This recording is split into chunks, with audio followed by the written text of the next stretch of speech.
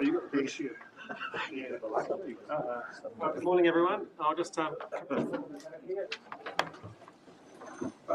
hau ki te uru, takati hau ki te tonga, kia makena kena ki uta, kia mataratara ki tai, I aki ana te atakura, e tio, e huka, he hau hu, ti hei, Māori ora.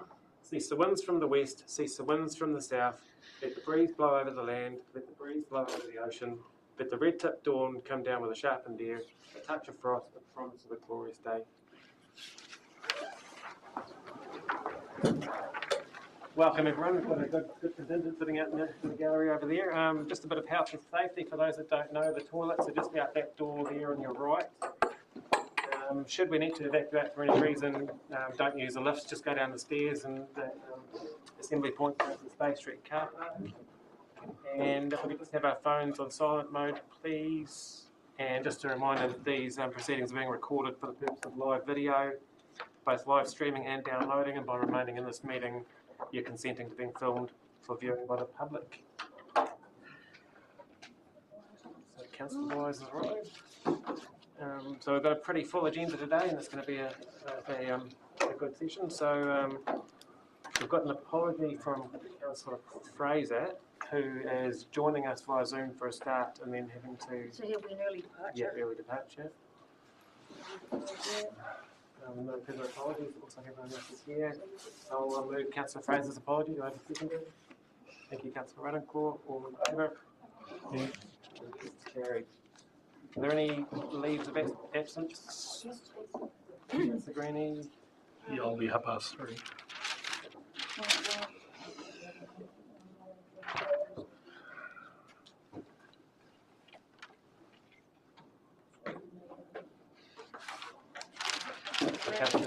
Yeah, 4th to the 26th of June and 4th to the 14th of August. 4th to the 14th. Councillor Chamberlain? Oh, I just can't be here for next week's meeting. No further leave of absence. I'll move that from the chair and then seconder for that, please. Councillor O'Brien, all in favour?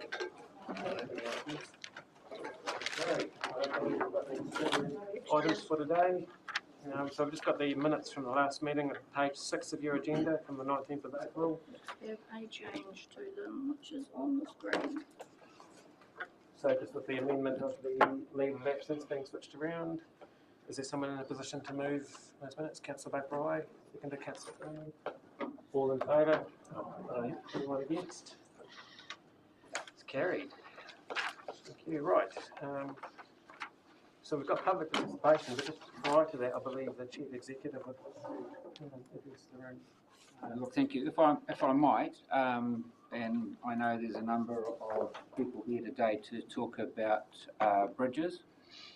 Just thought it might be helpful for everybody to understand the overall situation that is leading to the conversations that Council's having and that you're addressing Council. So it's no surprise that Southland District Council has a large number of bridges in its network, and many are near the end of their safe operating lives. The long-term plan that we are currently in adopted a higher level of funding for bridge renewals than previous years, and it also forecasts increased spending over the next 10 years. The process for getting a bridge approved for renewal is slow and methodical and requires approval from Waka Kotahi NZTA before it can be tendered and built. The rate of bridge failure is unpredictable because it is subject to weather and usage or misuse, and also depends on the current condition of the bridge. So because the renewal approval rate doesn't match the failure rate, we inevitably find ourselves facing these situations where closure of a bridge is required. So to protect motorists and bridge users from harm and to reduce the liability to Council, it is sometimes necessary to remove a closed bridge until it can be replaced. Through the long-term plan, Council is signalling that it intends to replace all the bridges over time, including the bridges that have been removed for safety reasons. While we go through a squeeze between available funding and the renewal demand, we are having to use a prioritisation tool to guide the replacement program. And unfortunately, we are going to be in the situation for a few years as we catch up with the backlog of bridges that are required to be done and the other bridges that will come up in the next while. Sometimes Council may try to spend maintenance money on a bridge to keep it open on a limited basis, even though in terms of the economic value of the bridge, it's past that point that it makes any sense to do that. A good example of that is where there is no alternative access, and we have a number of bridges in the network that are on roads that there is just no alternative. So I just thought it might be helpful to understand the situation that Council does intend to replace bridges, but we do find ourselves in a situation where we have to close some until they can be renewed. Thank you, Cameron. Right, so we'll move into the public participation, and we've got Graham Mulder up first from to touch me about forestry around his property. So would you like to come up to the table here,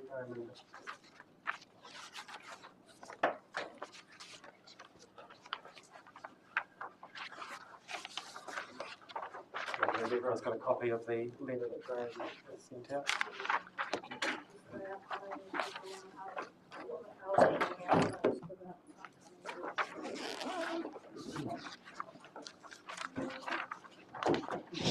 Thank you for coming along today, Graham. Floor is yours. Okay. Thank you very much, Mr. Chairman. Councillors, for inviting me along to speak. It's appreciated. I'll try and squeeze as much as possible into my allocation of minutes. It's not much, but however, I will try. First of all, I presume that you've all had a read of my letter and you can maybe understand where I'm coming from. I don't know, but I'll try and explain it a bit clearer. My background was with the New Zealand Forest Service, and I've had a long association with forestry. And in doing that,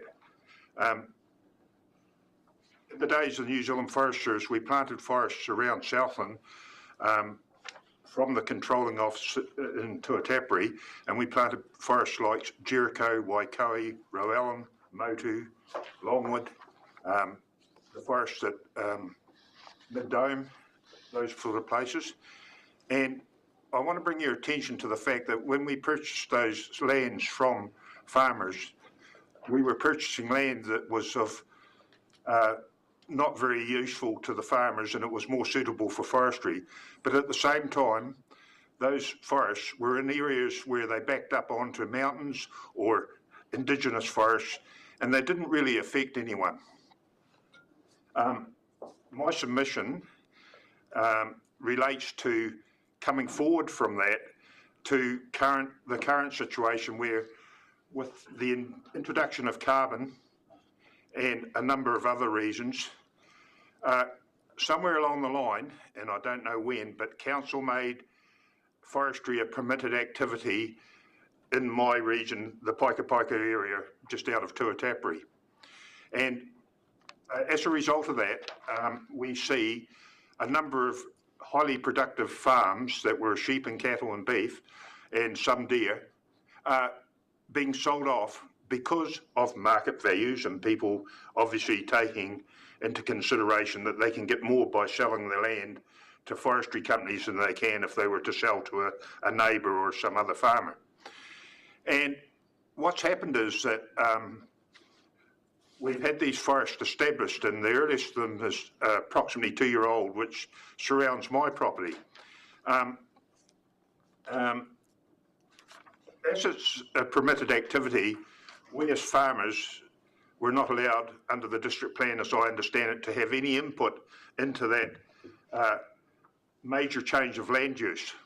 And that major change of land use has led to me being here today to argue not only for myself, but also surrounding farmers. And I've already submitted a submission, which I thought was going to be tabled to the council, but it's never been tabled, and it includes photographs, etc. So I'm a little bit disappointed that that never got tabled when I was told it was going to happen. But however, leading on, we find that forestry has become so big in the area that they've brought up probably 6 or 7 farms, and now from the Tuatapere Pukamari Road, I have a 3.5 kilometre forestry frontage, which is exposed because I live up on a hill 200 metres above sea level, and I have a home, I have 110 acres sitting in the middle of the forest, and it's surrounded right round by forestry, and it's very exposed to the famous Jericho northerly winds, which bring very severe and dry conditions. And I'm really afraid about the fire risk there, which I've had the Royal Fire Officer here in Invercargill come out and inspect the place, and it's fine when the trees are this high and it's still in grass. But he said the fuel loading is going to be huge, and that fuel loading when they get to 2, 3, 4-year-old is going to be so high that he's afraid for my life, because the forestry has cut off the only access, which is Gully Road, for about 2.5 kilometres to get in and rescue me. And he told me that should the smoke, if a fire starts, the fire brigade will not be allowed to come and rescue me should the smoke be crossing the road. And he said that will also inhibit any helicopter rescue because of smoke and wind conditions. So he told me straight openly that he's afraid for my life. So this is a very, very dangerous situation, and to some extent I hold council responsible, and you'll see that in my submission. I've come here today because I want written answers to the questions that I've raised. I think that because council's made it a permitted activity, they have to assume some responsibility for their actions.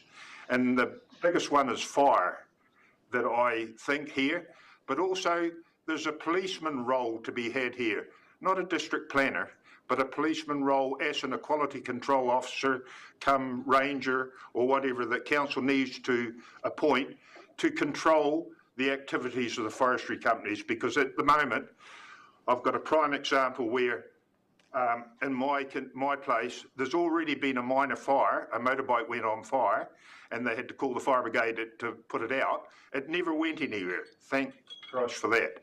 But it will happen, and my experience from working with the fire service and being a Royal firefighting officer, I can tell you that it will happen, and it'll only take a cigarette, as we all know, that sort of thing. So the policeman role needs to take in consideration some of the things like the environment. Southland officers have told me that the gully below my house is in native ashen flaxes, cabbage trees, native plants, etc. He said there's not supposed to be any planting in there.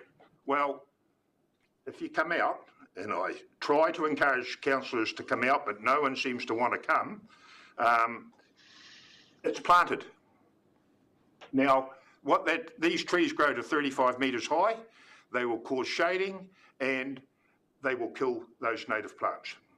So someone needs to tell the forestry companies that, hey, you're breaking the rules here.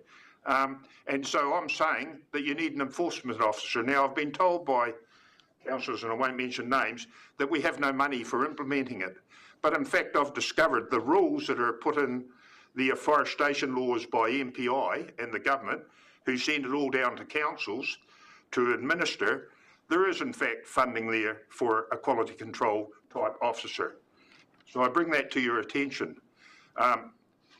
And then we go on to other things like the forest being planted too close to boundaries. If a tree grows to 35 metres, the New Zealand law currently stands that they can plant to within 10 metres of the boundary. Well, 25 metres is going to fall across my fence and I lose my deer, my animals. Who's going to repair it? Who's going to pay for all those costs? There's nothing. No one will accept responsibility. Then we go on to things like trespass, root trespass. The roots and radiata trees travel more than 10 metres, and I'll give you a practical example. I was more than 10 metres away root raking the ground, aerating the ground, and I was breaking shear bolts on the roots of the trees in the paddock that I was on. So I can tell you they do trespass. Then we have branching, the outside rows of radiata trees. The branching is always bigger. The trees are always bigger in diameter because they've got more light and more food. So there's a real risk of that. Then there's the risk of shading. Well, if I ring you up and say, please come and get these trees removed because it's your responsibility, take the trees away, who's going to come out and tell the tree company to shift the trees? Because the shading has an effect of my production rates on my pasture. The roots suck away the minerals. And then we have the problem of needle trespass and branching trespass. I've got figures out from FRI, and on my boundary, because of the length and the shape of my property, we're looking at in excess of 3.2 tonnes of material falling to the ground per annum. So over 30 years, the life of a tree, that's a lot of needle and trespass. So who's going to replace that? Who's going to fix my pastures up? That's not my problem. And you've got to remember that I was here, I've been there for 17 years. Trees have just arrived. And these rules that are out there, the afforestation rules, are for new forests. I've seen no input from council, and I want some action. I've been charged by my neighbours because of my forestry experience to come and talk here today. We need to really consider it. I've offered my services to help you, and no one's taken me up. So I've even not gone to the forestry company and offered alternatives, as you'll see in my submission. No one's taken it up. The council representative come out and he GPSed the location of the trees. They're under the 10-metre mark to the boundary. I can show them where they're down to 2 metres from the boundary. This sort of thing. The road that I have going in there, it's narrow, it's planted both sides, 2.5 kilometres to escape from a fire. I'm really worried about that. How am I going for time? About 20 seconds. Right. The other last thing is, and unfortunately there's so much that I could talk about, but the other thing is the effect on me. My health and safety is really getting to a point where I can't sleep at night time. I'm really worried about this. Council has to face responsibilities for what they've allowed to happen, and that was by it being a permitted activity. I'm really concerned. I'm not the only one. We've got my time submission, I think there's 6 or 7 on that first submission I presented. There's now further farms and further houses that are going to be in the same situation. So it's not just about forestry, it's about me and my health and well-being. So that's in 5 minutes. 10 minutes, but thank you for that. And look, I understand and totally sympathise with what you're talking about. And I've been out to your place and had a look, and we are looking at it regionally as well with our neighbouring councils who also share the same concerns about the effects that it's having on the communities with these, and it's getting driven through the national policy statement for plantation forestry. So there's a role there that we can play advocating to the government, which we're doing, and connecting up regionally as well with the neighbouring councils to help sort of push, and your story will be a good sort of example to use doing that. Well, I appreciate that, but I want an answer in writing. This is real. The trees are growing right now and nothing's happened, so I want the risk removed. So I've suggested things. So, yeah. So we'll get your letter answered as well, and like I said to you prior to this meeting, I'm happy to help you with mediation with your forestry neighbour to look at some of those issues around there, so I'm more than happy to help out. Do we have any other questions from the floor? Councillor Ruttenclaw? Thank you, Graham. I'm Margie Ruttenclaw. I'm a sheep and beef farmer in the Laura Gorge. I'm a little hard of hearing. Sorry, I'm Margie Ruttenclaw. I'm a sheep and beef farmer in the Laura Gorge. Thank you so much for coming today. I've been very concerned with the forestry going on in Southland too. And just a couple of questions about the forestry that has gone into the property, your next neighbour's property. Have they put any like rural water tanks in for mitigation if there is going to be a fire, if something was to occur? No, there's no fire plan in place. And when the fire brigade come up to my place, the first thing they said, "Where's the water?" I'm sorry, we have no water because I live on a knob on a hill, and there's just no water for fighting the fire. So another question I was going to ask, of those farms that were sold, I believe, was it 3 farms sold around June? Correct. There's probably from the Pukamari Road right through to Happy Valley now is going to be planted in trees. It's one, and I'm at the start of, if there's ever going to be a major fire, it will start on that Pukamari Road. It's my prediction, and it will go right through. It'll be huge. And through those properties, are there any waterways? Yes, there is some natural creeks. So how is the forestry owner protecting those rivers and waterways? Sorry? So how is the owner of those properties protecting the waterways? Well, I would hope that they're leaving riparian strips, of course, but I don't know. I don't think they are.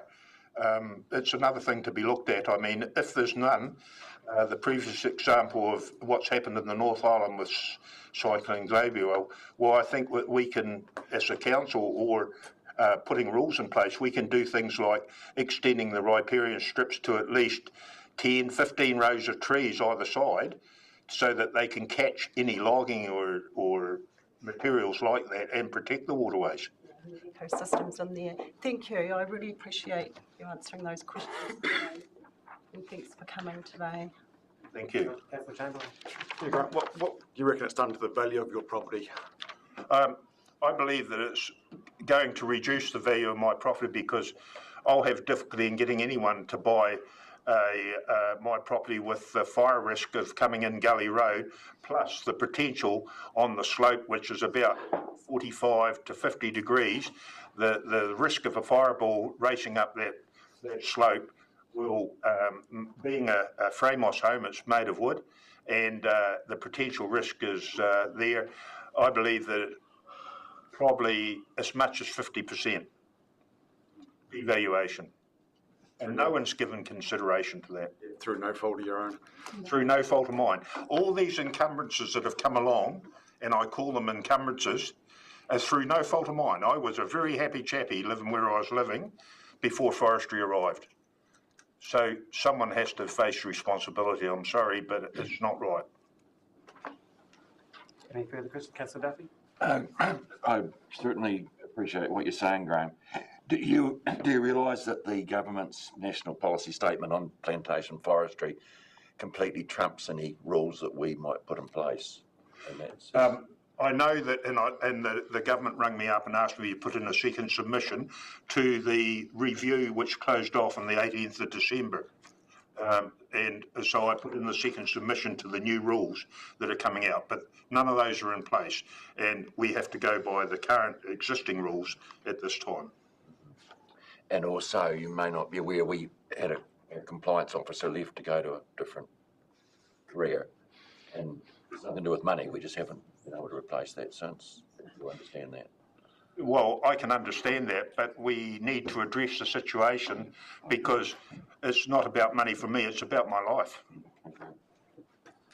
We also submitted into that process as well in favour of what you've been talking about. So we are doing what we can around that. Yeah, I doubt it, but I'm trying to work with you, but I'm also trying to put you on notice that the submission you've got is official notice that I've brought the concerns to you.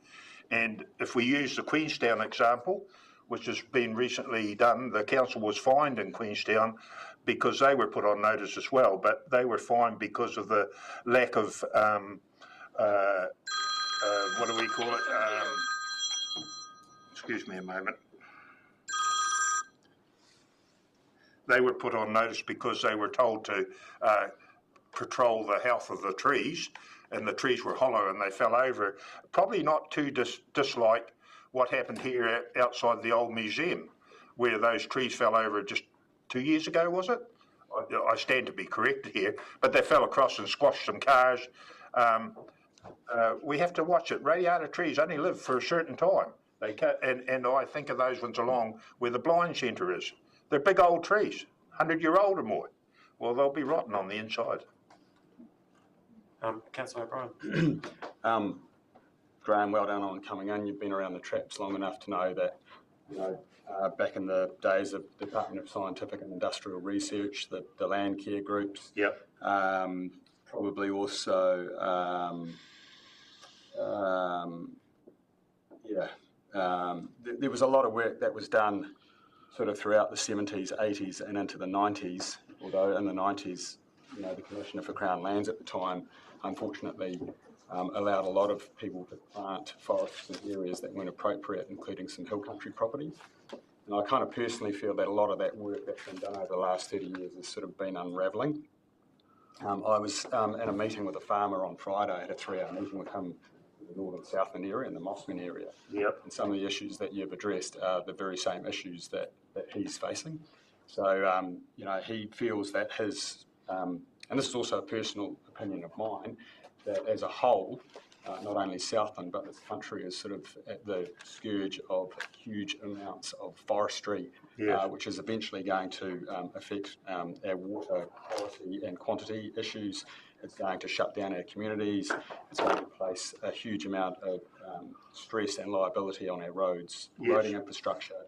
I can see firsthand some of that in this particular area that this farmer showed me. There was probably inconsistency in terms of the liabilities that particular farmer was dealing with versus what the forestry company was dealing with. So, Councillor, can I just interrupt? Have you got a question? Because we're just in conscious of It's just a general statement, just outlining, I understand where he's coming from. Your worship. So, but yeah, it's a very real problem, and I think you should be commended for coming in and because you are speaking on behalf of a number of other people. Correct. That's all. Any further questions? Well, thank you very much for that, Graham. Much appreciated, and we will get back to you through your letter, and I'll touch base with you as well to see what we can do, helping you talk with your neighbours. Thank you, Graham. Thanks very much for having me. Thank you. Okay, so next up we have John and Mary Lindsay. Thanks, Graham. Yep.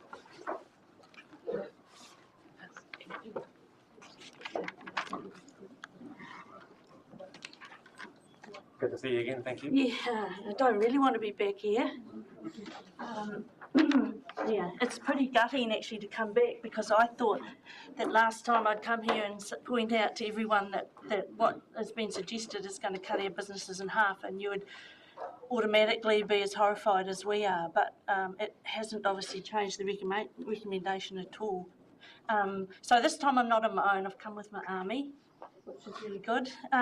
So the people here are all the people, a representative of every household on those two roads, and all the farmers that we're talking about. So John and I are going to talk about the people whose farms are going to be affected, just those three people. So that's the Peter and Jenny Bush and the Leesees, Terry Caldwell and Sandra Johnson, Graham, Eileen and Duncan Finlayson, and John and myself. So we're all here to hear what you have to say.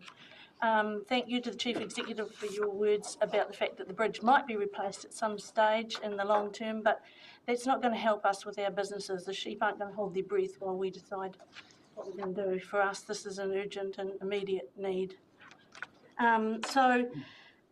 Yeah, and not only is the recommendation something that cuts our businesses off at the knees, but it's also a kick in the guts when the implication in the last report was that we understood that we were choosing between the two bridges at that early consultation.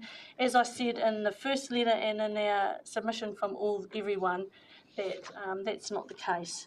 Except for one household, everyone would have chosen, of those two roads, everyone would have chosen the Riverside School Road Bridge. Nobody farms on both sides of that dipped and flat bridge. So what we're saying is if we'd known that information, that decision was made wrong 18 or 19 months ago. But we never told it was a choice between the two, and so that still really hurts. If consultation had actually occurred on which bridge, then the council staff would know all that, and that would have come into account.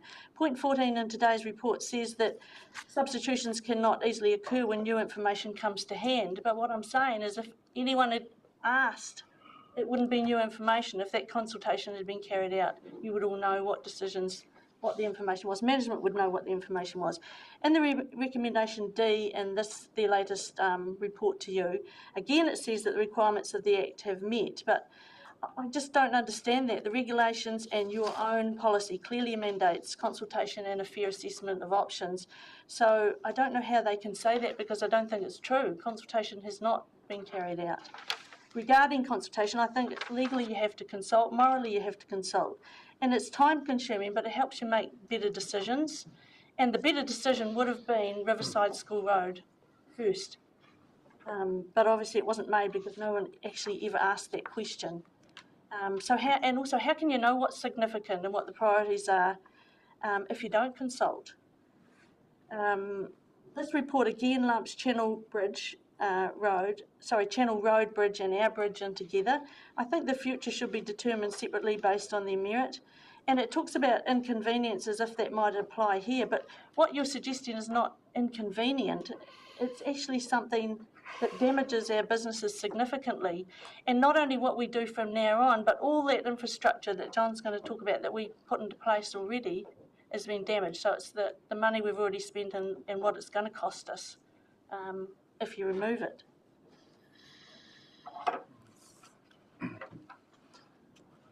I'm not sure that I need to say anything after what Mary's just said, but here we go anyway. We've been waiting for 19 years with a posted bridge. We've managed our use to protect it until replacement. And now we find that it could be removed from the replacement program altogether. Last year's rate rise was signalled as being to fund these bridges. The combined Southland District rates for these three properties that farm both sides is currently $68,000 per year. We would rather be spent on essentials rather than the nice-to-haves, like the playgrounds and the public toilets and the cycleways. This is an essential item. We don't get sewage, water, or rubbish collection. This is the most important thing that we get. On our farms, we've spent time on infrastructure, spent money and time to suit working the land on both sides. We all have to travel in our vehicles to check and feed stock on the other side. Distance between the halves has been manageable with the bridge. We can't do it without the bridge. The alternative route is not feasible for stock movement.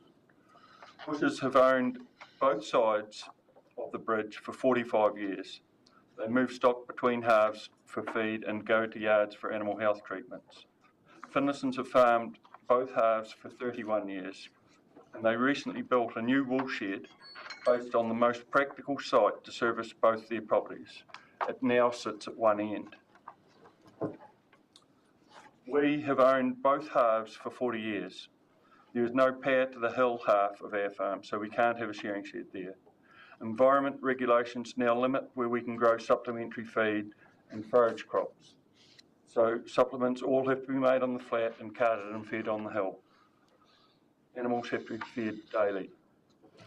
Dipton Flat Road Bridge was replaced for logging trucks that harvest every 25 years.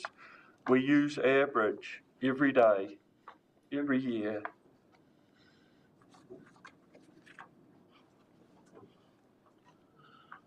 What's that? We use that bridge every day, every year for all those years. And John's asking, are we second-class citizens?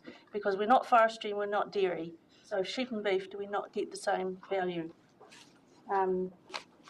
This is emotional because John's farmed this land for, how long? 48 years. 48 years on the same property, building everything on this business. We've been patient, we've accepted that the Dipton Flat Bridge would be done first, but never at the expense of Riverside School Road Bridge. As we said in that letter that we think this is demolition by neglect, and the impact on us personally is horrific. No, thank you very much for that. Very emotional. I accept that it's very emotional to you and close to your heart, so I appreciate the passion in your presentation. Just to clarify before I open up for questions, the bridges are being considered separately, so they're not being lumped together in one decision. So both Channel Road and Riverside Road are being. Thank you. Are there any questions from the board? Councillor Ravenclaw? Thank you for coming in today. I understand how emotional it is too, being a farmer myself and your connection to your land and your property. A question for me, when you sent that last email to us, you talked about the distance that you would travel. Yep.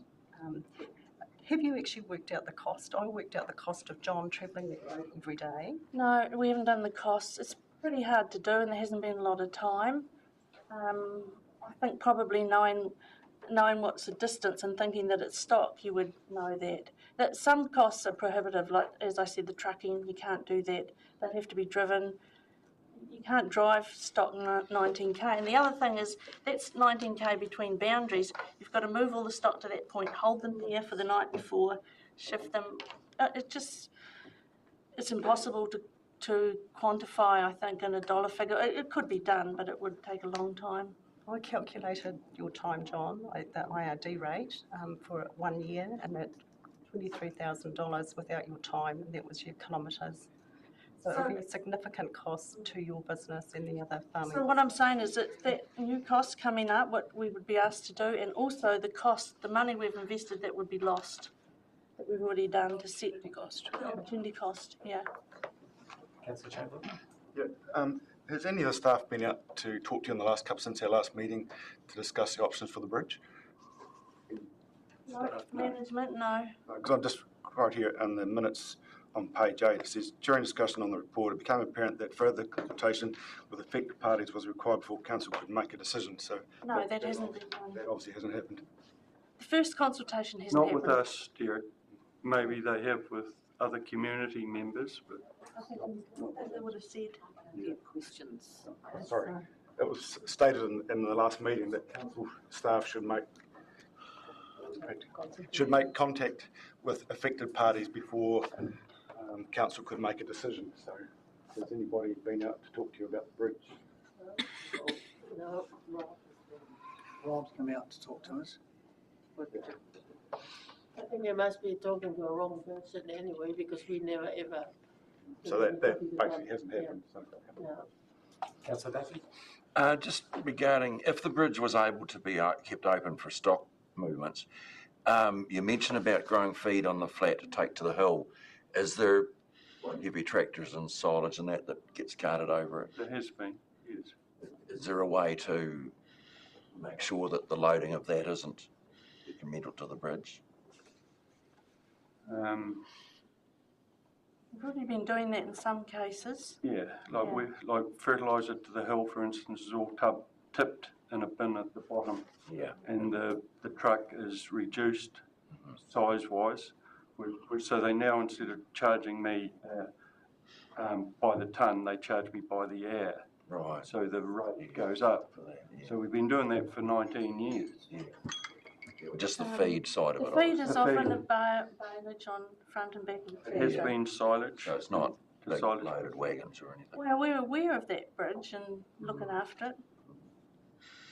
And I mean, going forward, if it was to be maintained until replacement, that would be something that would have to be considered. Councillor O'Brien? You mentioned that you'd rather spend money on essential items rather than nice to haves like playgrounds and so on and so forth. Now, you've just had a new playground that's been opened in Dipton, 80,000. 80,000. So in terms of if you were to do things differently, are you saying that based on this argument that you would have rather had that money reprioritised into other projects such as investigating? Because we've only known about this for 2 weeks. Didn't know we were making a choice. If we were given a choice between a playground and our bridge, if we're given a choice between Dipton Flat Road Bridge and our bridge, look at the rates we pay. This is our main item. This is our essential item. And it's your priority as council. You've got it in your list, bridges and roading, right up the top. Yeah. So no, we didn't know we were choosing between playground. So I won't go into semantics in terms of saying this versus that Yeah, as no. such, because I know a lot of this stuff comes Yeah. through other forms of funding, central government, rather than council rates and so on and so forth. This one's personal to us. Yeah. The playground is good to have. Yeah. But that's what we're saying, there's difference between essential and... It's probably the playground is probably used more by through traffic than local traffic, to be fair. As the same with the toilet. Cycle trail, well, it just, That kind of came in line with the last long-term plan that we did, where the focus was put onto bridges, and what Cameron was saying at the start was, I don't think the consultation back in 2019 or whenever it was a choice between those two bridges, and I think this one's come up outside of the kind of plan, so I don't think it was a known back then that this would be the case. But yeah, there was a very strong focus on that last long-term plan about prioritising, and a lot more budget was put on to focusing on the bridges. But yeah, we get ones that come out outside of what we're expecting, and this is a case of that, where we need to make the decision where it's sort of fallen outside of that. So through you, Your Worship, if these people are saying that they've only known about this over the last 2 weeks, and yet we still know that a lot of our assets are at the end of their working life, bridges in this case, does what these people are talking about set a precedent for prioritising those other assets in terms of saying, well, maybe we do need to have a reprioritisation of our funding and a shift into those areas and have better consultation with those communities? That's all discussion involved around that long-term plan process about how we prioritise stuff. We've got as everyone knows, we've got a very limited budget, but I mean, everything that we do features around that whole long-term plan, and yeah, that's obviously a decision that we're going to have coming up. But I think today we're focusing on these two bridges in front of us and what we do around those. If we've got no further questions, I will thank you very much for that again. yes, thank you. We've got David and Liz Tosh coming up.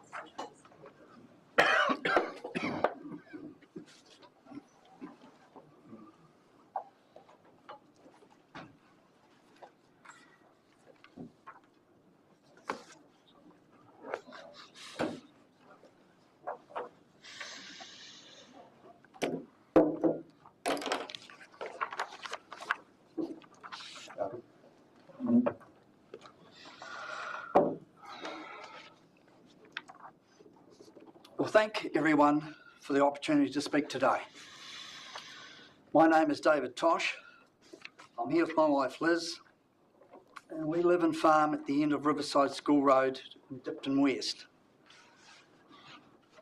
We would be severely affected in a number of ways if our bridge was to close. On Sunday the 23rd of April, myself and 2 other local men undertook a farmer's eye view of the bridge. One of the men has experienced some bridge building. We found the bridge to be in a better state of repair than what we've been led to believe. It is an old bridge, but this bridge is certainly not at the end of its life. The bridge has had very little maintenance over the last 30 years, so not surprisingly, it needs some maintenance. In my opinion, it is sound enough as it stands for light vehicle use.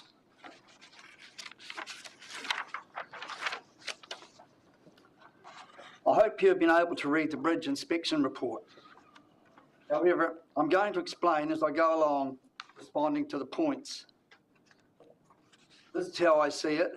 This is a farmer's opinion.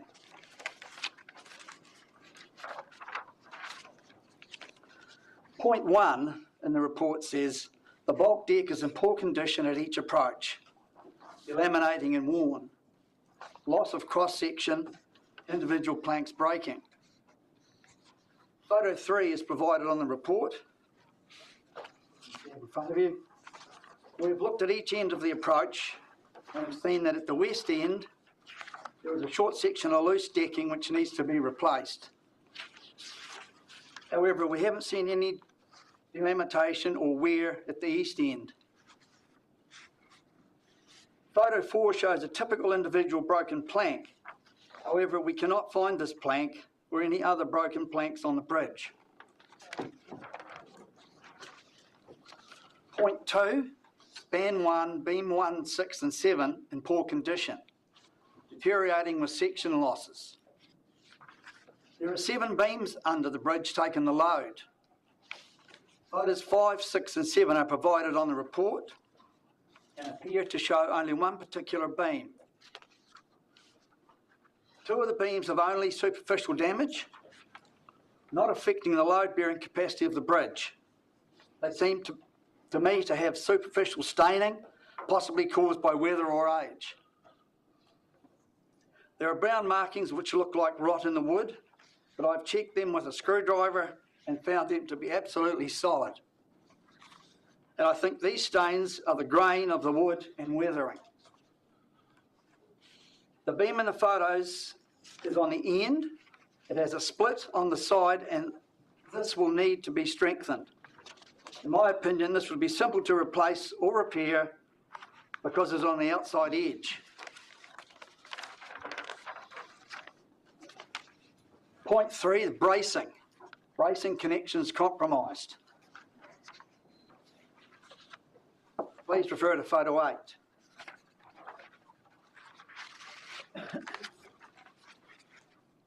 In my opinion, there is plenty of overhang at the other end of this bracing. The length of timber could be unbolted and moved along to use the perfectly sound section and re-brace.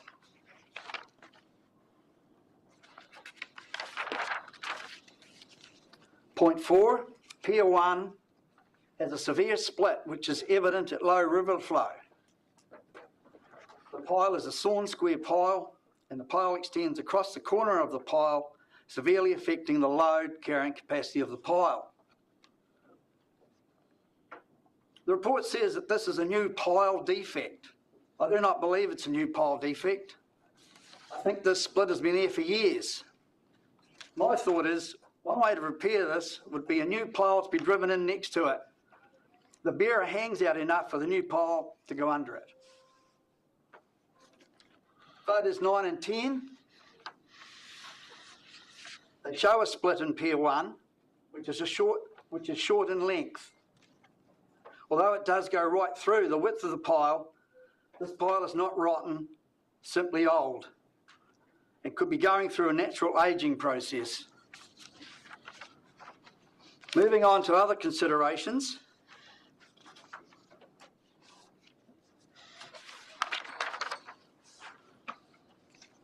Alternative heavy vehicle access is available via Dipton Flat Road, with a detour of approximately 15 kilometres from the east side of the bridge to the west side of the bridge.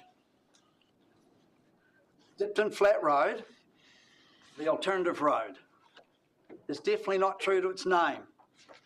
It is a windy gravel road with a number of hidden corners, leading to blind corners.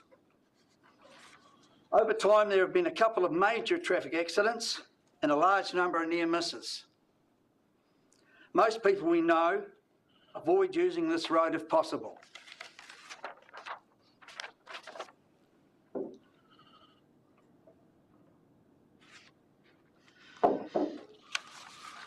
If the bridge was closed, there'd be more traffic on this road. This would make an extremely dangerous road, and even more so for small vehicles. We're very grateful to the Mayor and other councillors who have taken the time and made the effort to drive this road. When logging trucks are logging, they are up and down Dipton Flat Road from 6 a.m. to 4 p.m. These trucks drive in the centre of the road because they have to. They cannot pull over if a vehicle should approach from the opposite direction because the road's too narrow. How is this road ever going to be suitable and safe? With all the extra traffic required to service the farms, we have a good straight road in Riverside School Road. We should be able to use it.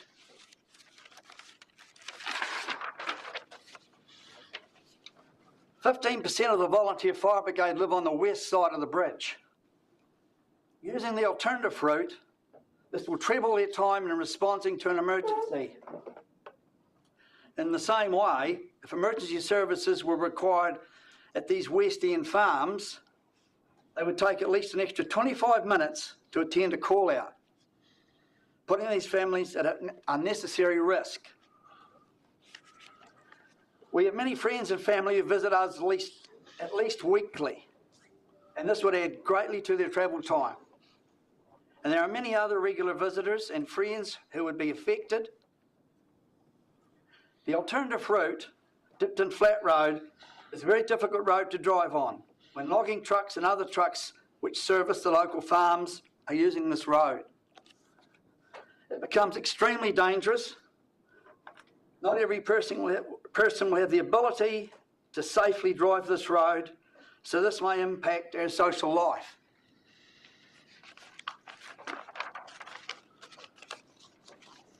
Our suggestion is that for the time being, because the bridge is basically sound, in my opinion, it should be maintained for light vehicles. This is acceptable in the short term, and for a long-term plan, a replacement bridge would seem the sensible approach.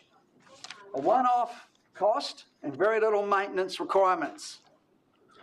For years, if this is unable to happen, shortly we would appreciate the bridge being brought up to a 50% standard until the bridge replacement.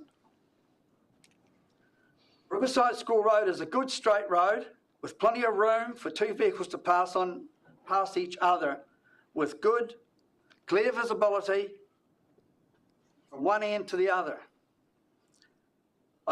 It makes sense to maintain this road and its bridges. And for the local families, farms, their service industries to be able to use it.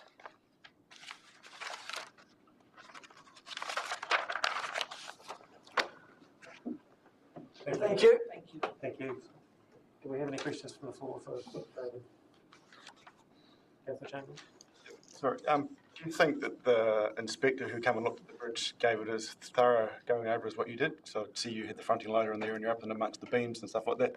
So he would have basically, would he have got up and done the same close inspection that you guys did? I can't answer that. And I'm not an engineer, but it's just my view of the bridge and what's under there, and it looks. And I've had another friend who was a bridge builder. He's looked at it with me, and we thought it's sound enough at the moment for light vehicles and stock and that sort of thing. Any further questions? Councillor Rutherford? Through you, Your Worship. Thank you, David, for coming today. Being an ex-Dipton girl myself, I do know your alternative route, and it is windy, and it is. How many youth are travelling on that road as well? How many teenager drivers do you have on that road as well? I'm not sure, but I believe there's another resident going to talk about that. Okay. Yeah, I just know that because we're on a gravel, windy road in the Laura Gorge, and with the youth travelling and slowing them down as well, so, you know, that hot-headed driver too is another danger. Yes, there's two or three of them. Yeah. Yes. Not one of yours? We'll leave that with it. Thank you. Thank you very much for that, David. Appreciate it. Well, thank you very much for the opportunity. Just ask for your common sense, please. Thank you. Thank you. Vanessa Salter.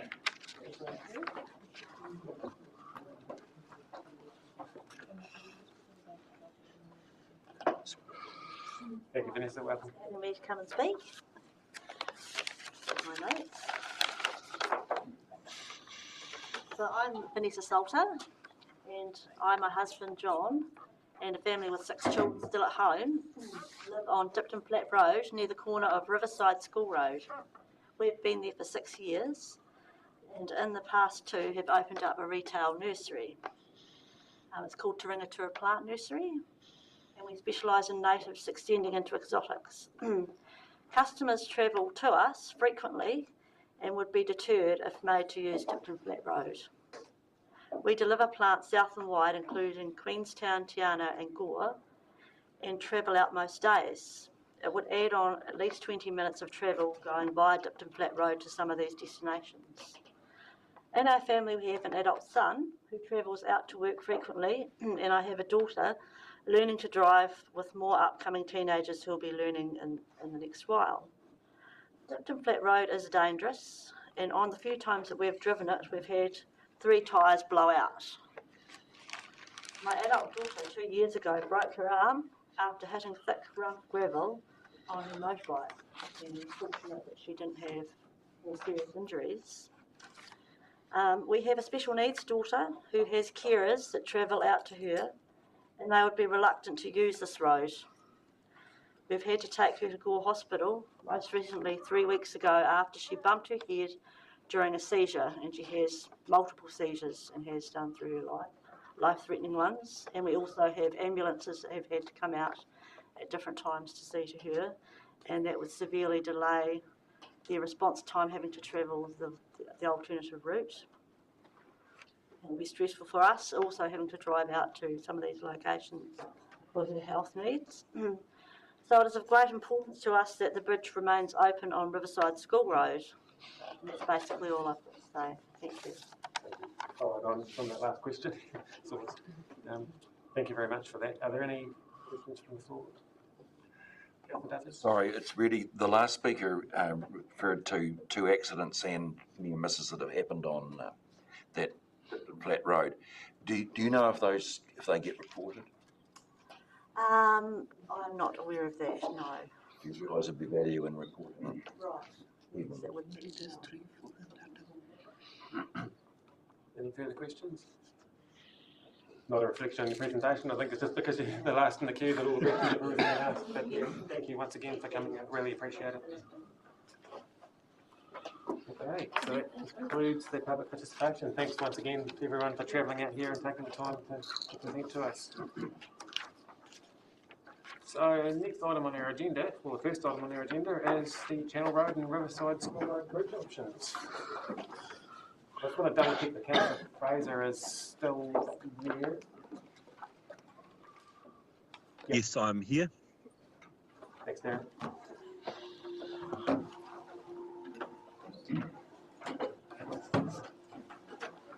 So welcome Hartley and Jane.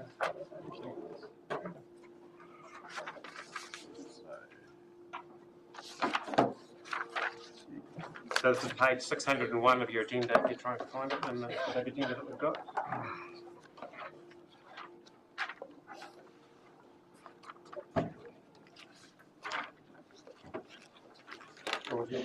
Thank you very much.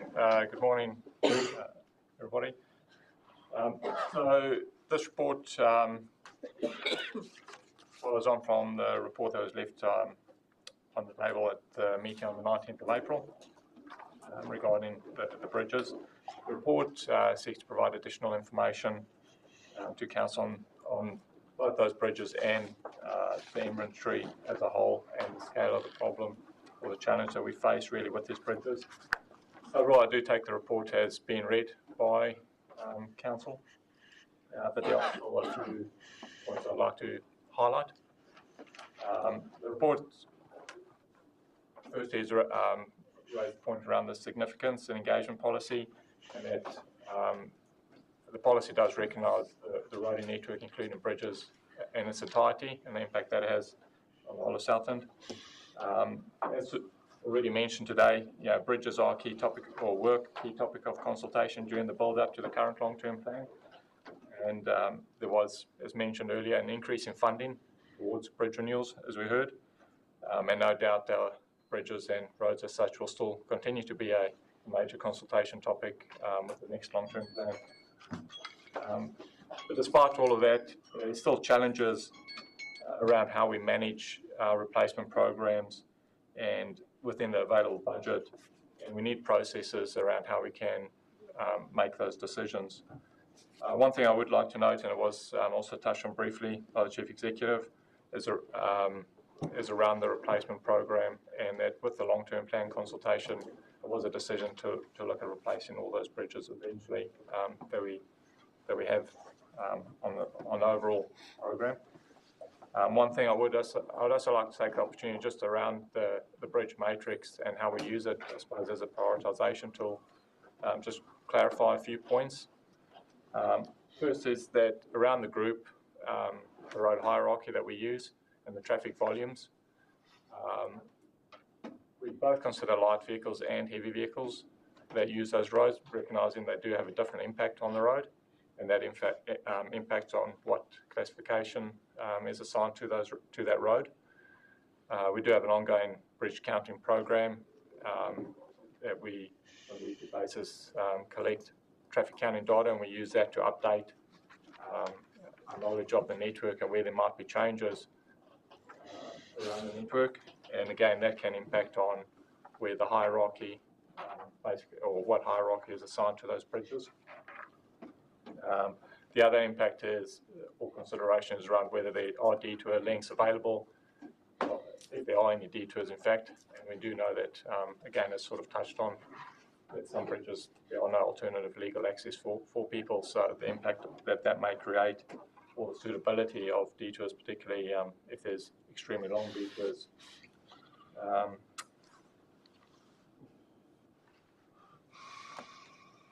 Also, we'd just like to, I suppose, highlight around the budget constraint is that taking the opportunity really to commend, I suppose, the previous council at least around that increase in budgets. But as we've all seen in our day-to-day lives, we've seen a significant increase in costs.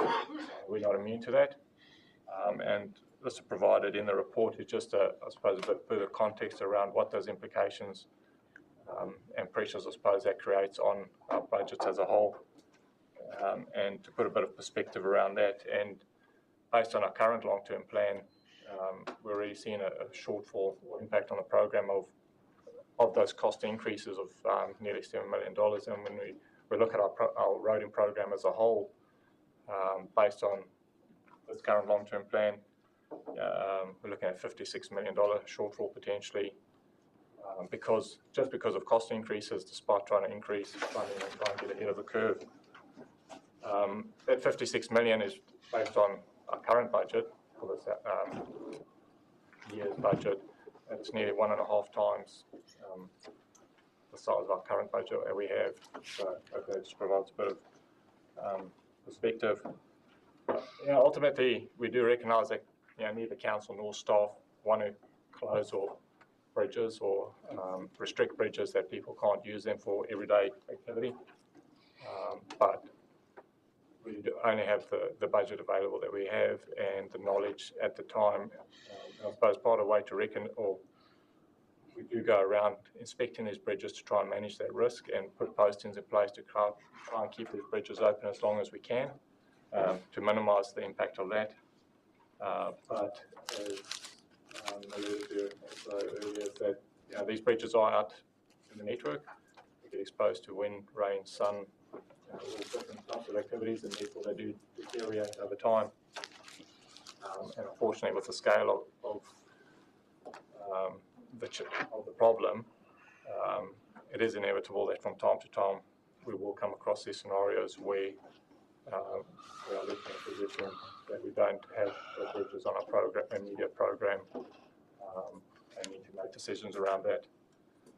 It's really on that basis, I suppose, that we recommend that we continue with the program that we currently have for the remaining LTP, so basically the next 14, 15 months, but look at prioritising where the Riverside School Road sits in the program, and that would be a top priority for funding and replacement in year one of our next long-term plan. That gives us the opportunity to ensure we maximise the budget that we currently have available, but also to get those approvals from the likes of Waka for expenditure on Riverside School Road. Because if we don't get that, then council has a risk that we'd have to 100% fund that bridge. And so at the moment, all of our roading activity, we obtain a 52% subsidy from Waka. But if we don't have that pre-approval, we do run the risk of having to 100% fund that bridge.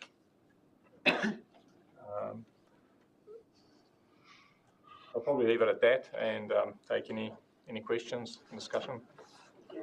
Thanks. Did you want to add something? Yes, I did. My name's Jane Parfitt, and I just wanted to acknowledge the submitters.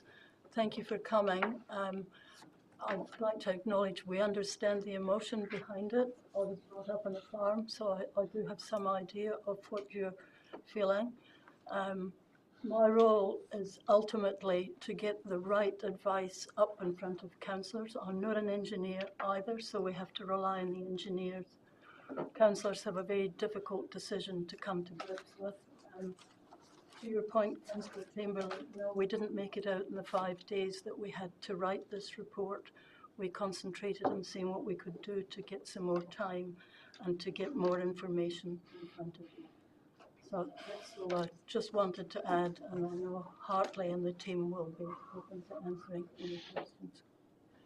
Thank you. I think it's important to also note the paragraph in the report about the 1,192 bridges that we have, and I was worried about this exact situation arising on the last long-term plan when we were increasing the budget, because it was almost inevitable that this kind of case, and it does put us all in a very tough position. And reflecting on Southland's contribution to the nationwide export market of 15%, where parts of the country are declining and we're increasing, and the importance of our roading and bridging network to enable that to happen. It's, and we heard today from the submitters the importance of that for the businesses and their family life as well. So it's not going to be an easy decision to make, and I think for the purposes of this report as well, I think it will be worth splitting out the two bridges from each other rather than encapsulating the whole thing into one decision. But I'll open up the floor for questions. Councillor Menzies.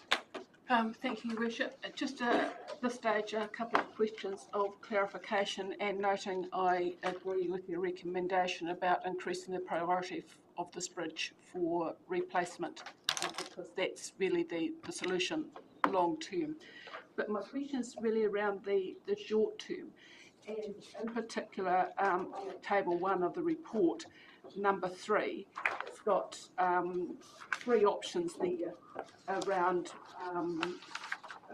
that would allow, as I read it, the bridge to remain open to light traffic.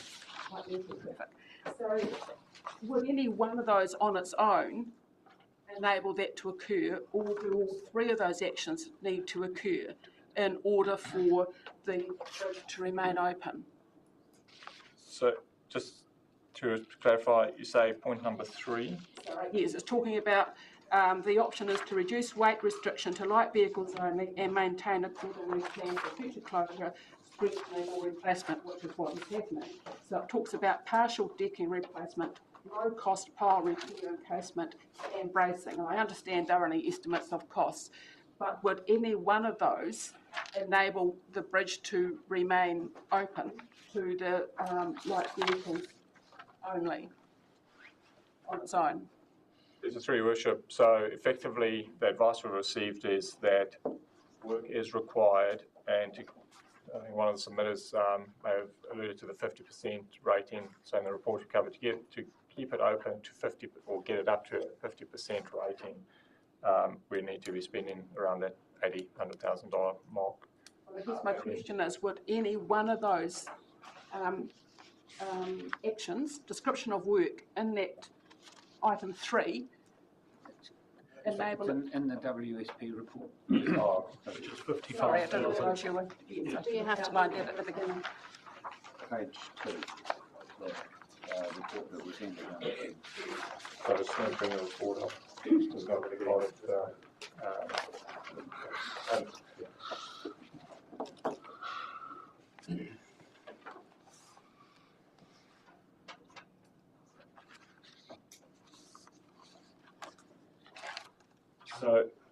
So all 3 of those items identified for that total cost would need to be carried out, if I understood the question correctly. Immediately, in order for the bridge to remain open. Yeah, so you couldn't just do the partial deck replacement. You'd have to carry out all those items that have been listed. Okay, thank you. And just a second question before allowing others to continue. Are there any other, where the bridges have already been closed, any of those farmers affected that have got farming operations on both sides of the road? They are, yeah. And how many of them? I'd have to check. I suppose this is part of the challenge. It's not just who owns what section of land. There's some lease agreements. Off the top of my head, examples in Thompson's Crossing are affected, as well as McLeish, McLeish Road. But to have an exact number, I'll have to go through the tree again. Because we're thinking in terms We of definitely have well-being, we're looking at economic well-being as quite a significant impact here, as well as with social and cultural. Just to clarify Councillor Menzies' question, is that to get it up to light vehicles or up to 50%? That's light vehicles. And then if you wanted to ensure the 50%, or certainly around the 50%, it would be the $80,000. So, yeah, there's a range of options. The bare minimum and noting that these costs aren't accurate. They're a sort of a rough gauge, but the 55,000 would be if we're going by this report, the kind of the minimum to get it up to light vehicles. Correct. And it doesn't allow for any the inspection, post-inspection of construction work, etc. So yeah, there's an additional cost to that. And would that amount be subject to the 52% partial funding? So that's the total budget, not our contribution to it. Correct. So the budgets and the costs applied in the report for replacements or upgrade, they're the costs, including the subsidy we receive from I suppose that with the likes of Bridge Report, what is to try and give the numbers provided us to try and just give a proxy around the different options and the variance in cost between those differences as opposed to an absolute number, because there hasn't been any detailed design work or etc. been carried out. So to try and provide that indication of this is what a replacement will likely cost, an upgrade to this level or to this level, and then you can see sort of the differences or the magnitude of the differences. So just a further question around that, around timing, given that it's currently sitting at light vehicles only now. So if that option was progressed, where would that leave the timing of the work being done to get it to that standard, and would the bridge be able to stay at light vehicles only until that point? So the advice we've received is, as most of you will be aware, every year we present a bridge posting report that comes into, and those bridge postings come into effect as of around June. So the advice we received before that next round of bridge postings will be carried out. Councillor Radenclaw. Through you, Your Worship. Thank you, Hartley. One question, there's going to be a lot of talk today about network connectivity, isn't there? When the decision is made, or this comes to the table and you say there's an alternative route, so what safety factor is put in when you listen to Dave Tosh today about the safety of that alternative route for the Mendome? So from a, call it a first cut point of view or desktop exercise, it is purely based on the route, but then we do go out and actually have a look at the condition of the route. There's been a few examples of those, Mataura Island to Daroa, or the district, we've had a look at that. There's a heavy transport operator there. There's a windy route that they need to take versus, say, conflict with the smaller light vehicles, kids going to school, parents taking the kids to school. So we do look at that, and is it feasible to carry out maybe some safety improvements on that alternative route, but weighing that cost up versus the cost of actually putting that money rather towards replacing that bridge or upgrading that bridge. So the second phase is around looking at those aspects of the suitability of that alternative route, because even though there might be an alternative route, it's also looking at what other structures are on that route and are there any restrictions on those structures, and so what does that mean in terms of the viability of those alternative routes. So it's not saying yes, there's an alternative route and it's therefore a foregone conclusion that it's a suitable alternative route. It is taking those other factors into account. It was done by a roading team. Yeah. And if required, we may get independent advice, which is what we did on with one of the first ones, Mataura Island. We had an independent safety review carried out on the other alternative route. So like in Mataura Island, was there any engagement with that community when you put an alternative route in there? We had an on-site meeting. It was, I can't remember now, but we probably had a good 30 plus people turn up, 40 people maybe even. Yeah. There was a large number of people that turned up from around the wider community. Which is what's happened today with them describing their alternative. And it's very similar, the suitability of alternative routes, extended travel time, etc. Councillor Chamberlain? Just following on from Rob's question, so how long could the bridge last as it is for light vehicles? Without any, Yeah. so the advice is that if we don't carry out, it needs to be closed. So so for me, one of the things I suppose the council needs to be aware of is the risk, unlike let's say the Farm Bridge, it is a public road, public can utilise it, and therefore what sort of controls and mechanisms to be put in place to manage that risk if there was a catastrophic failure, injury or death occur because of the weight restriction. I suppose that's, we're trying to deal with them separately, but that's sort of been the challenge with Channel Road. We put other mitigation measures in place to keep it open to light vehicles only. That hasn't worked. And so that's when the engineers highlighted, yes, council has tried to keep it open to light vehicles only, but the condition and the risk posed to council is being assessed at an unacceptable level. And at least from an engineering point of view, and that's where our bridge restrictions, the requirement for those restrictions and to be legally enforceable need to be certified by a qualified engineer. So council as a product can make the decisions you'd like to make, but there are risks, I suppose, that come with those decisions as well, of trying to keep structures open beyond the... Look, I just think it's a bit of a kick in the guts for rural Southland that our bridges are left for 30 odd years with no maintenance, and all of a sudden we come up and it's, no, this bridge is not up to use, we're going to close it with no consultation with the community or anything like that. I just think that's a criminal shame on council that we've allowed this to happen, and I think my personal opinion is that we should reject council's decision to close the bridge, and at least in consultation with the community that we should at least get it to light vehicle status as quickly as we can, with the thought of down the road that we replace it, because I just think closing bridges is just a kick in the guts. And then, like I said before, I mean, that's part of what was addressed at the last long-term plan, and when we can look into the past as much as we want, but we need to look at the position that we're in now and what we do with what we face. That's what I'm saying. I think is, this bridge needs to be kept a light vehicle until we get a chance to. I've got Councillor Fraser next, and then there's a big long list. Thank you for that. Sorry, hopefully the internet connection here is good enough to hear me. It obviously would seem the long-term solution is a fairer percentage of the road miles and the fuel tax that is gathered in Southland to come back to our roads, and so that's something I'd certainly like to see council continue advocating for.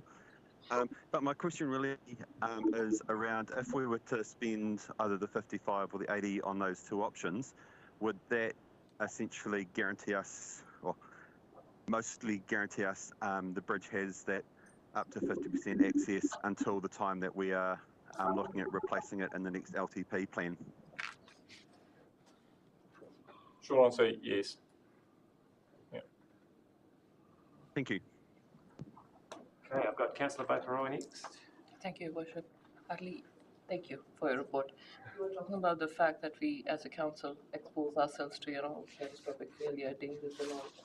I would seem to think that with the matrix that we're supposed to look at, all well-beings, we would equally be exposed to the fact that if someone takes the alternative route and is injured on that one, that is something we recommended there.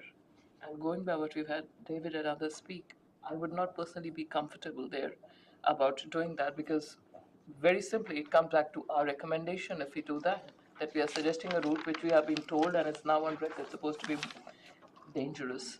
And I'd also reiterate what Derek just said. We need to be getting back to basics, and this is my personal opinion, but I'll jog your memories, and I should apologize. I've got all sorts of allergies on today. I'm not actually crying, but I've just had everything flare up, but I decided to make it here today. We were talking about the fact that, I think it was a couple of months ago, we were at a council debate here, and we were talking about a shortfall of funding, a council-controlled organization. And at the very last minute, we decided we can go back, find 80,000 suddenly to top up the CCO and top it with another to give them a retrospective increase. We need to be getting back to basics as a council.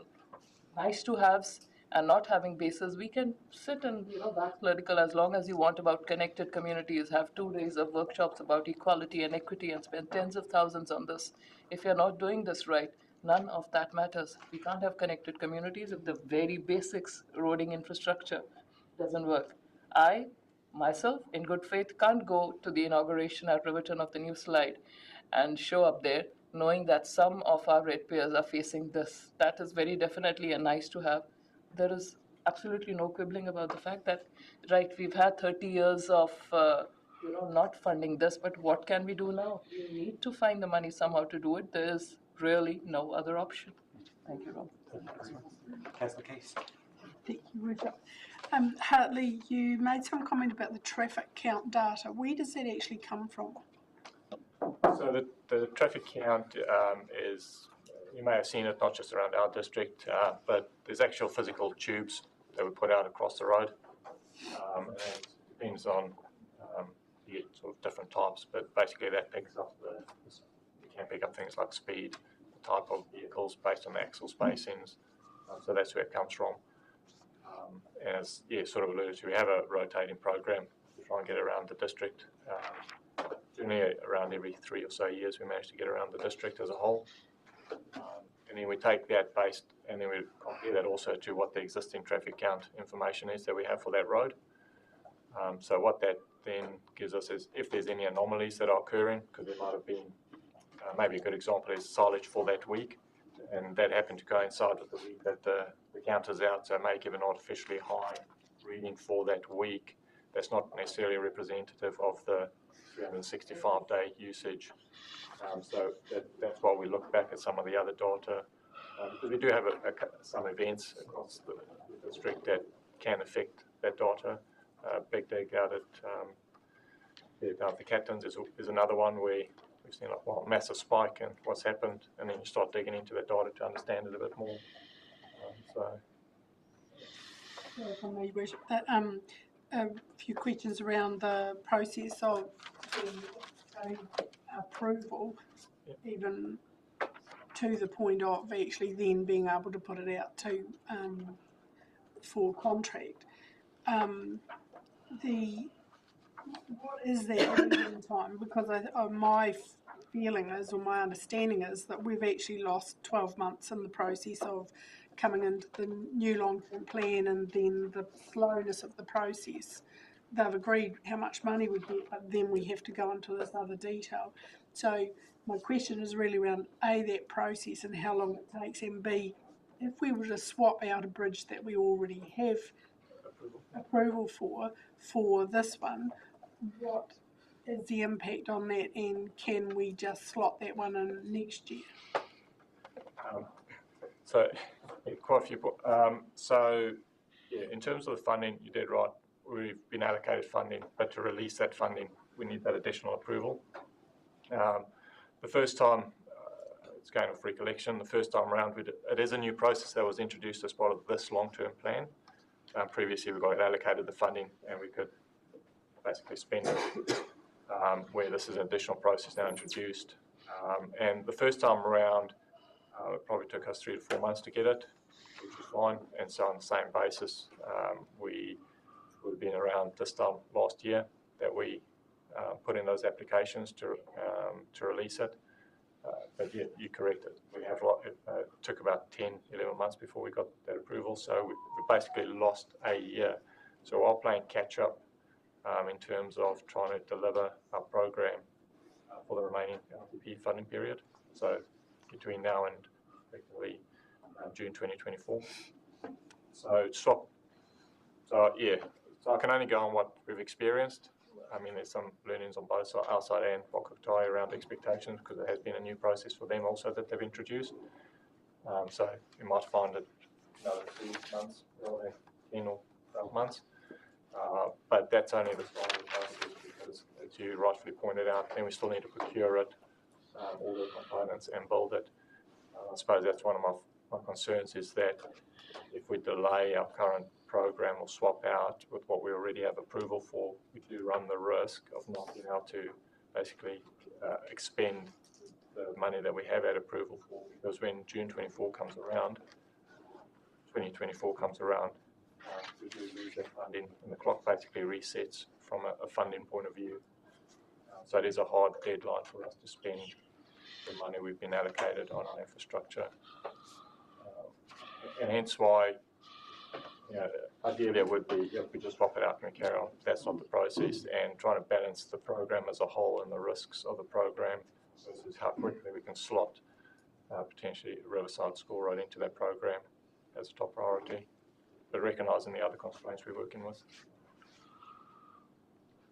Through you, Your Worship, I feel that that is something that we need to aggressively take up with that higher level of Whakatahi, because this is unacceptable. We're going to run out of the opportunity to actually spend the money we were granted, which they didn't want to give it all to us, so effectively they've done it by stealth, which is just unconscionable, really.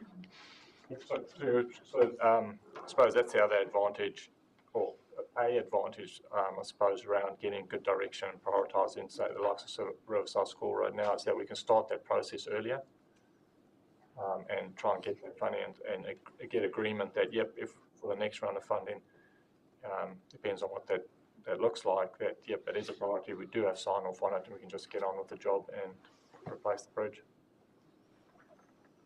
And to your point, I totally agree, and Councillor Fraser as well, about actually waving our flag and saying that we need better service from Whakatahi there as well. I've got Councillor Wilson next. Thanks. Just following up on an email last night from the Aridi Community Board, referring to a Bailey Bridge as a concept and seeing that Whakatahi have a Bailey Bridge program for kind of emergency situations. I'm sure they're probably quite heavily used up in the North Island right now, but has that been explored at all as far as the concept of council owning a Bailey Bridge, or at least utilising the Whakatahi program? Yeah, we have. Sean says yes, we have, and yes, we have used the Bailey Bridge on numerous occasions, as early as last year when we replaced the Dipton Mossburn Bridge. We installed a Bailey Bridge from Whakatahi there for a number of months. What does it look like in terms of cost and? So the journey, by the time they installed and then ultimately removed again, we're talking probably around $140,000 over it. Yeah, so it's not a $20,000 or $30,000 type fix. They come with their own costs, and particularly for short or small bridges, being sort of your 10 to 12 metre bridges, truthfully, it's a waste of money. We can avoid it unless there's basically no alternative access, because it's almost half the cost of replacing the bridge. In light of the entire roading program and bridge network needing addressing long term, is there any feasibility of actually the ownership of a Bailey Bridge as a piece of regional infrastructure, in your opinion, or any other ideas from anyone? Nods around the table. Could I request that we look into that as far as the costing for future conversation? I understood that the council's previously owned a Bailey Bridge, but it's in need of repairs, so it could be timely to look at that option given the forecasted use in the future. Yeah, so through, in terms of the cost to own or bring up to spec, yeah, I don't have an idea of that. It would be something we'd need to do some research on.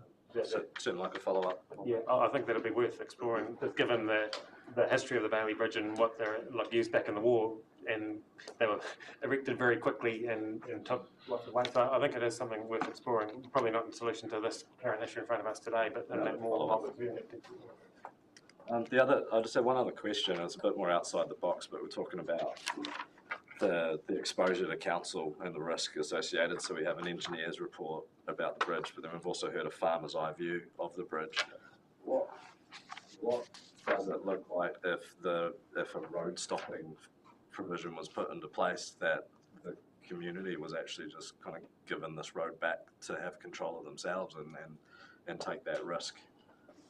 And kind of make, engage their own engineers, and I don't know if that's something for discussion, but through consultation, is that something that can be done in the roading network, where if council's risk exposure is so much that we can't do anything about it or can't afford to do it, then is it a piece of infrastructure that we need to not be involved in because we can't handle it?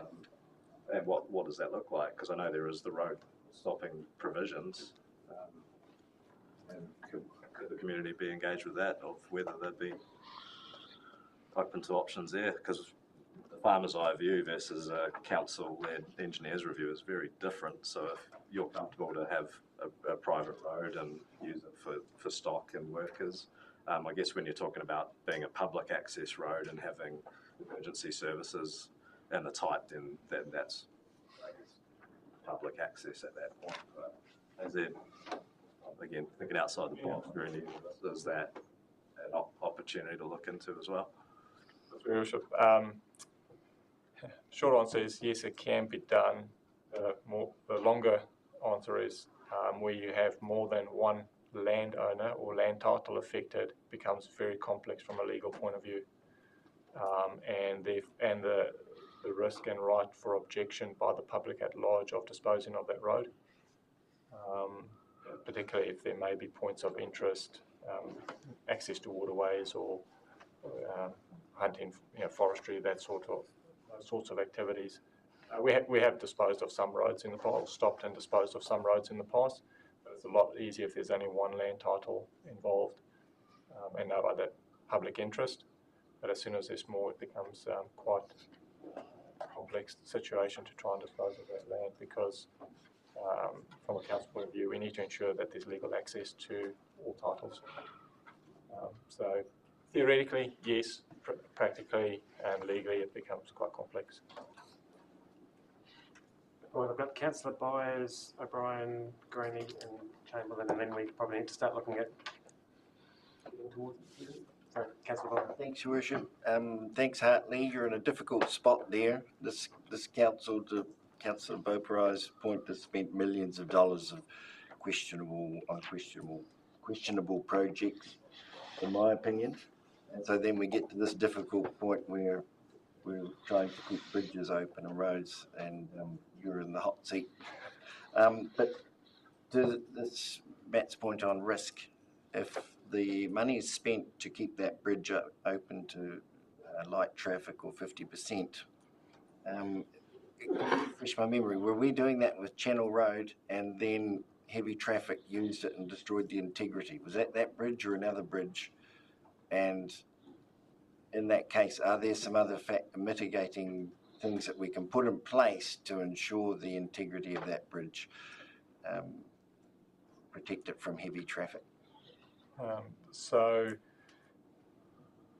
Channel Road is one of the bridges where there was ongoing use and deterioration, and in order to keep those bridges open, we've put other measures in place to try and encourage and ensure compliance with the light vehicle access only. And Channel Road is the one bridge we've had multiple times had to go and replace those mitigation measures. And what we've been told now through the latest inspection and the advice we received when we've gone to close is that that has resulted in our damage. So if you wanted to open Channel Road to light vehicles only again, we would have to carry out maintenance. We can't just put those mitigation measures back in place. And that's the risk to council. If we know that we're putting measures in place to try and ensure compliance, but considerable length is being gone to remove those mitigation measures, and we know that, how can we still continue to have the bridge operate when we know there isn't compliance, and we've got evidence that there's not compliance and people trying to get around that compliance? And it's not, and I suppose that's where in the report we recommend to remove the bridges physically, where we've put other temporary or barriers in place, such as timber fencing in essence. Numerous times we've seen those bridges where that timber's just been squashed and vandalised and been left open that the public can use it, despite us putting physical barriers in place. And that's, I suppose, the risk that the council, we know that's occurring, but yet we're still doing the same thing, and we're spending money on it. So in good conscience, I suppose, if we know people are vandalising those measures, we're still happy to continue spending money on trying to implement those measures, because that comes at a cost, and monitoring those bridges comes at a cost. So we haven't come up with a way to protect those bridges from heavy traffic that can't be vandalised, or bollards or something. No, not for continued use, because we still seem to find a way, blatantly obviously damaging it or removing those cameras. Councillor O'Brien? Through you, Your Worship, just probably following on a little bit from what Councillor Wilson was talking about with regards to, trying to find problems, solutions to problems, and about being a little bit creative about some shared liability. On page 614, there's an example of, through the lawyers very slowly, an agreement between the Fairlight Bridge. Now, I appreciate that that's between one entity and not several entities, and I'm sure that that entity probably has really deep pockets, and the motivation to take ownership of that bridge and the liabilities associated with it are worth their while, because that is their only access. I mean, you mentioned just 5 minutes ago that that it would be complicated and problematic to have multiple, to consult and look at the legal implications and so on and so forth. I just see this as a bit of a crossover to, the email that I sent you and the other councillors last night. There's a bit of a crossover there too around problem solving around some of these issues and allowing the communities the ability to solve some of these problems. And I still think it would be worthwhile, at least through the heads of the community boards, if they haven't been consulted already, around looking at options like the Fairlight model, if that's possible. Is that something that you'd be open to? Your Worship, yes, it is, and it is something Fairlight's the one example, but we've actually have done that at multiple other sites where there's been 50% sharing costs. A new bridge has been built that's not on legal road, so it's on adjacent land, and then we've disposed, from a council point of view, we've disposed of the asset and the long-term liabilities associated with trying to maintain that asset. So we have done that in places, not just Fairlight. And if there's opportunities to do that, we'll continue to do that. It's just, to your point, it's a lot easier when there's only one party involved. Totally appreciate it. And if there's not other interests, because as the council will be aware, the road is a road and it's there for, in essence, any public use or availability for the public to use, and therefore, when you're trying to dispose of it, when there's multiple interests or parties involved, it's not just that community, it's anybody can object to it. So with the counter system that you use, does that have the ability to be able to ascertain one user from the next? So as an example, me driving across that road in a light car versus a forestry logging truck doing multiple movements, so can it differentiate between the two? And if so, that's also where I'm talking about that shared liability. Is that something that happens? So partly in terms of the system can say whether it's a light vehicle or heavy vehicle, but determining whether it's a logging truck or it's a milk tanker, no, it's just classified as a heavy vehicle, or certain class of heavy vehicle. Or whether that's a Fonterra or open country, it's not that sophisticated, because obviously given the different collection companies out there too, so we don't have that level of sophistication.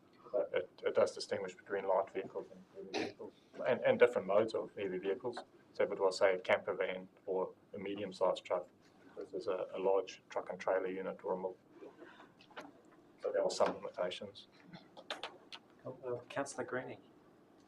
Thank you, Your Worship. I have two questions. So the first one is around the Whakatahi's process. I just want to try and understand this two-phase approach. So they allocate the bulk money, and then what you've said is the council needs to essentially then go back to them with a program of what to actually then release money for specific projects. Is that correct? Yes, it is. From a process point of view, we get allocated our roading program as a whole, but there's certain elements, and bridges is one of these, that they've ring-fenced the bridge funding specifically to bridges. And to release that funding, we need to what they call a present value end of life. We need to carry out a present value end of life calculation that looks at what's the cost of maintaining this bridge for 3 years, 10 years versus replacing the replacement costs of that, and we need to complete that and submit it to them for acceptance and approval before they would release that funding. So it's basically a mini business case or an economic case as to why you should replace a bridge versus continue maintaining the bridge.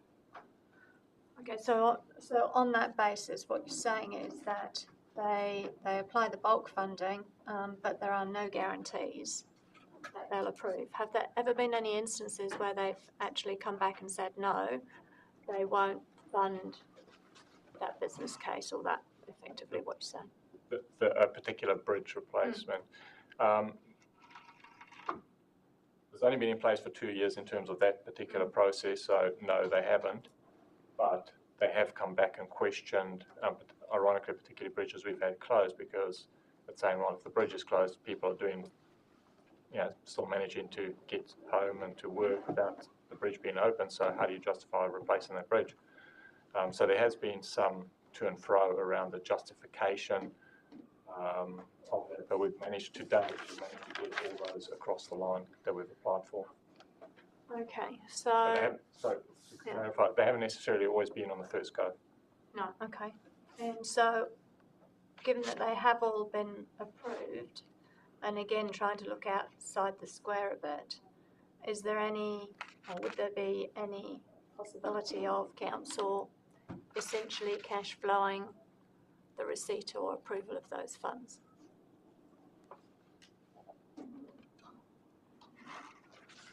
I would say it's council decision and the risks that come with that.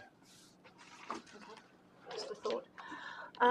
My second question is that in her last presentation, when Mary was here, she mentioned there was she did make mention of another different crossing.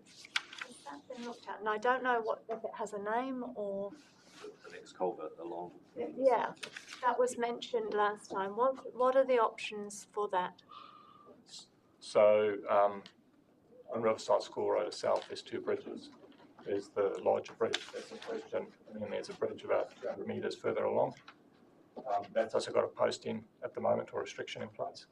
So if you wanted full 100% access, you need to replace both those structures. Is it possible that that alternative structure, though, could be used, or is it closed currently? No, currently that structure's open, but it's got a restriction in place of 50%. It's a 50% restriction.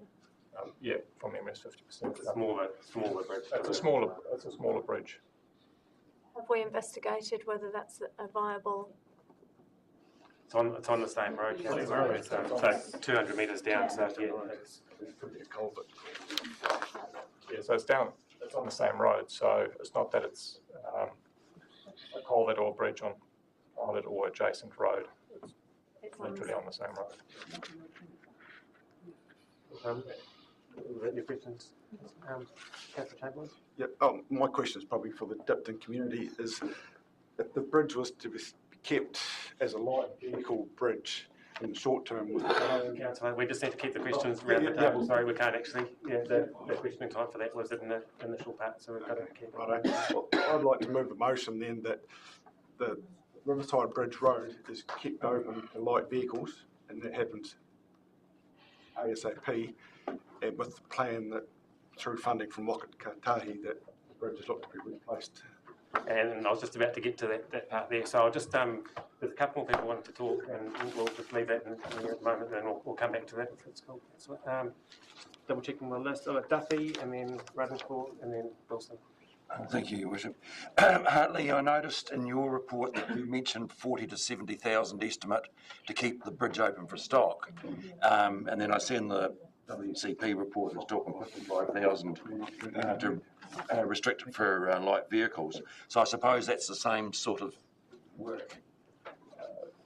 So not necessarily the same work. It's recognising that there'd be more suppose, leading extra infrastructure that need to be put in for the light, for stop, and the narrowing up, etc. Because if we just left it as it is, then what's, I suppose, similar to the previous discussion of what's going to stop vehicles from driving over it or traffic. Yeah, right. So some of that's about. So there's auxiliary work. Do you understand you've got to have width to drive across? I fully understand that. Yeah. Yeah. Yeah, so your 40 to 70,000 was including that work or not? Yeah, it's any auxiliary work that may be required. And would all elements of that work qualify for Wakatai funding if we were doing that? I haven't been able to. I've tried to contact Wakatai to get some clarification on that with our local investment advisor, but I haven't been able to obtain that. Right. But for now, based on our overall priorities and trying to maintain access versus renewals program, I don't see that it would necessarily be a significant issue, but I can't categorically state that. Okay. And if we did some work that was able to keep it open, I mean, it's probably impossible, but could that work actually contribute towards the replacement when it happens, like sort of save spending money twice? No, unfortunately not. And I suppose that's the challenge. We talk about the piles or the decking. With some of those, they're interrelated activities, so you need to sort of remove the one to get to the other components, and so you incur those costs irrespective.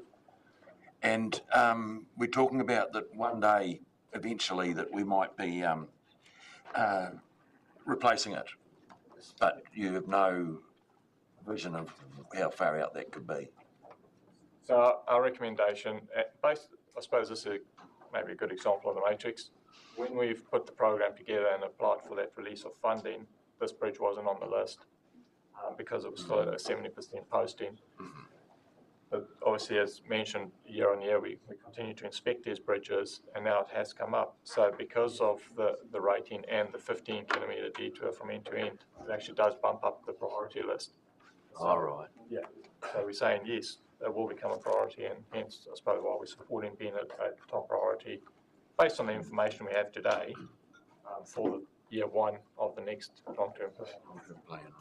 I guess just a comment from me around that is if we can align the timing of the engineers' reports to fit into our annual plan process, so if we did need to actually do any reprioritisation as a whole, that would be quite useful so that we're not looking at each individual case where we can actually look at it collectively.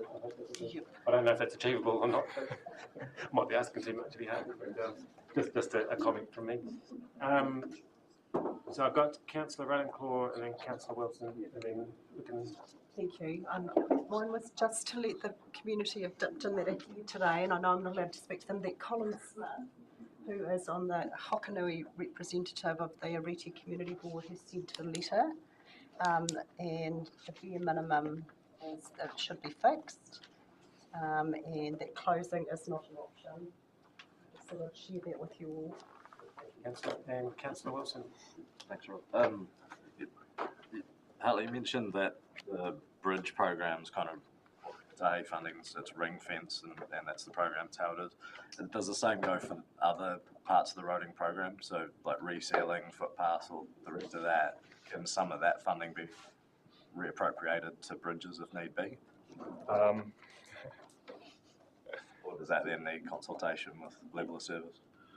So that's a good question, and the rest of the program is a bit of flexibility. It generally tends to be between, I suppose, and we have done it in our current program because of those cost increases. We've taken out some of our pavement rehabilitation funding and put it towards maintenance activities, and so we're already, I suppose, robbing Peter to pay Paul to a certain extent because of the cost increases we've seen over the last 18 months. So that's already occurring. So, and our reseal program, from what our LTC targets are, last financial year, we only managed to achieve 95% of that. We're closer to 82% of that for this year.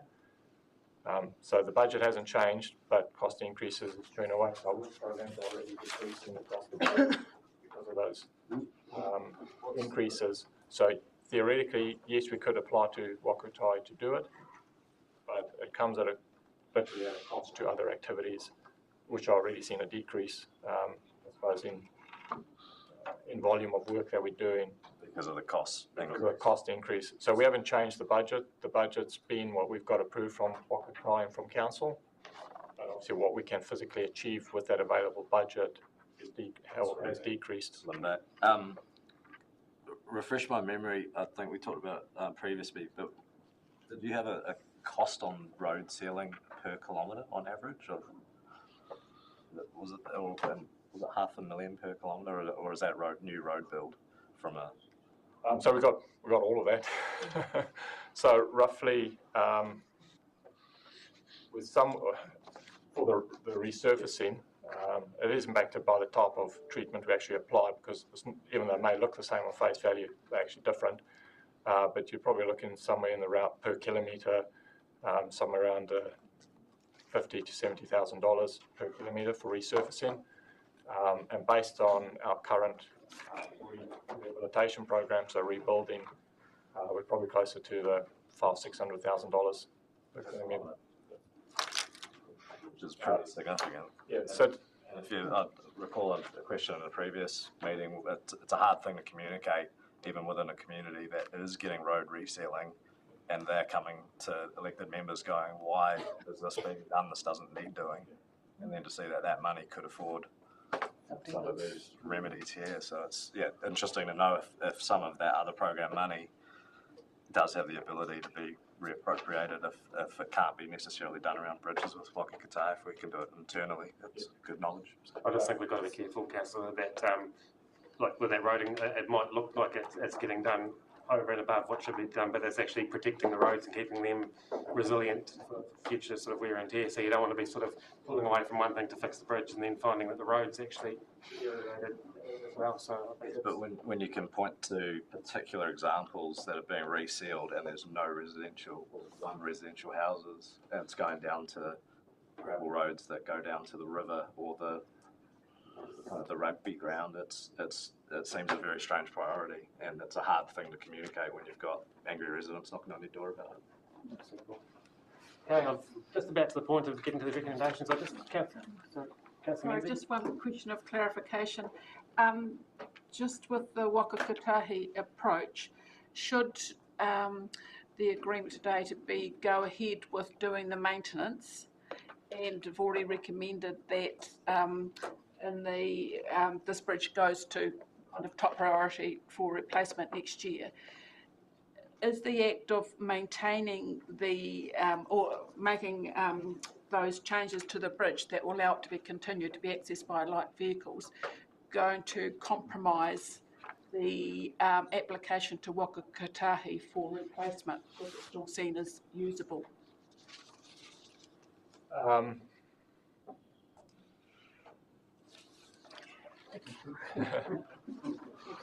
That's a good question, and I suppose until we actually complete that exercise, we won't know, but it will go. I mean, obviously it does reduce the need to potentially immediately replace it or make it an urgent need to replace it within year one, because it's recognised you spent some money, so why don't you look at replacing it in 4 years' time as an example. So there's a risk that it can compromise getting that approval from that point of view. Is it likely if that happens we'll end up with the same discussion that we're having today, because we're unable to plan that ahead? Yes. We just have to end up maintaining it in order to keep it open. So we can,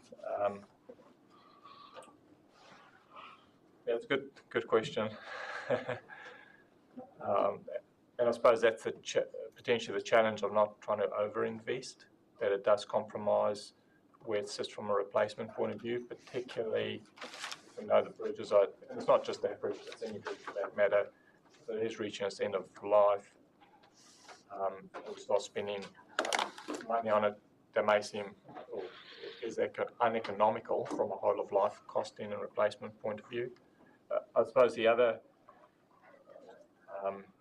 point, and it's more again from a risk point of view, and to keep in mind, even carrying out the work, whether it's on that bridge or any other work from a bridge maintenance point of view, will have a flow-on effect to any other bridges or any issues that come across. As we know, we have crashes on our network. As an example, we have to replace guardrail barriers, etc., on our bridges.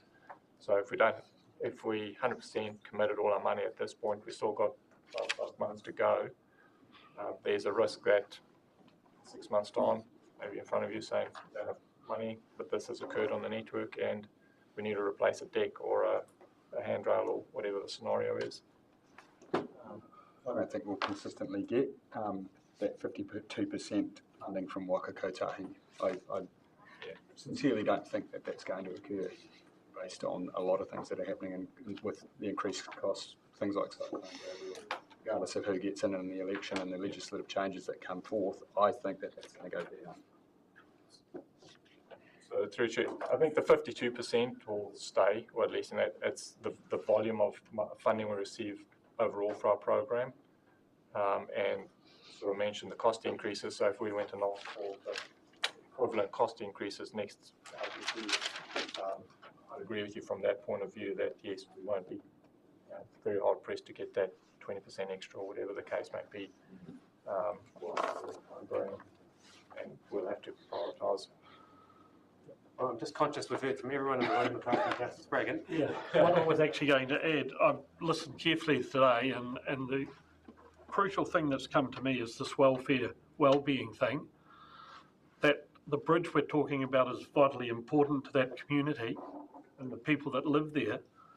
And at a bare minimum, I believe that we should do number 3 on the document here and bring it up so it can remain open, but it should be stressed that that's a stopgap thing, that ideally we want that bridge restored to 100%.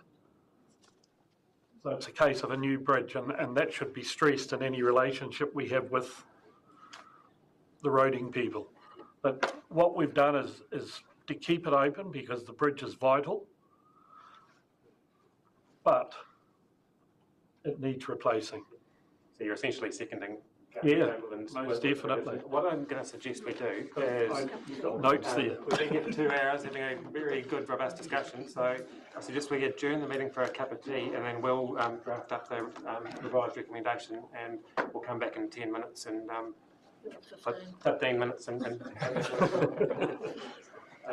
so yeah, thank you very much, and we are back here at 11:15. Horses that Channel Road Bridge not be prioritised for replacement in lieu of other bridges. And E2 is endorses that Riverside School Road be reprioritised for replacement in lieu of other bridges. F is staying the same. The G that's in your report has been changed and is in 2 parts. That agrees that Riverside School Road Bridge, in brackets 2897.01, remain open to light vehicles while council put in place measures to ensure that it meets the necessary safety requirements for it to remain open until it is replaced. And G2, note that costs may be up to $80,000 to be funded from the structure's maintenance budget. And H in your agenda is unchanged. Thank you for that, Fiona. So, Councillor Chamberlain, you put that motion up to start with. So you're happy to move what we've got up there as part of what you've raised? Yeah, maybe if Cameron did explain it to me, but I was going for option 4, but Cameron suggests option 3, so maybe Cameron could explain that briefly. What's the theory behind that? Yeah, fine. Maybe for you. Look, it's just a concern that if the bridge was brought up to 50%, it might be very hard then to persuade Wakakotahi to fund their share of a full replacement. That's the real challenge around it. So in the interests of getting that to full replacement in the medium to long term, this is the best approach, in having it open to light vehicles now so that residents can continue to use it as they currently are. And do we have could we have a time frame on the new bridge? What would be the sort of time frame around that? Well, I understand that would be pulled forward in our long-term plan process for the next year's annual plan. We would prioritise that during that process. So, for your worship, yeah, so so the recommendation is looking at keeping the bridge open with as minimal as possible amount of investment, and then look at prioritising the replacement of Riverside School Road for year 1 of the next LTP, so 24-25 financial year in essence. If we to a point raised in the meeting, if we overinvest, we run the risk that we won't be able to justify the replacement of that bridge in 24, 25, and therefore be pushed out to future years. So it's trying to find that balance of not keeping it open but not over-investing, because if we invest too much, we won't be able to, from an economics point of view, justify replacement as a top priority in the first year of the next LTP. So I believe this is the best approach to ensure that the bridge gets to its intended purpose as fast as possible, still allowing the residents to continue to use it under what they've been used to. So they're really looking at level 3, the number 3. Number 3, and also moving it forward into the prioritisation into the next. Well, I would move that we go with option 3. Do I have a second? I'll second that. Thank you, Councillor Sprague. Oh, is that Fiona catch up? Just while Fiona's catching up.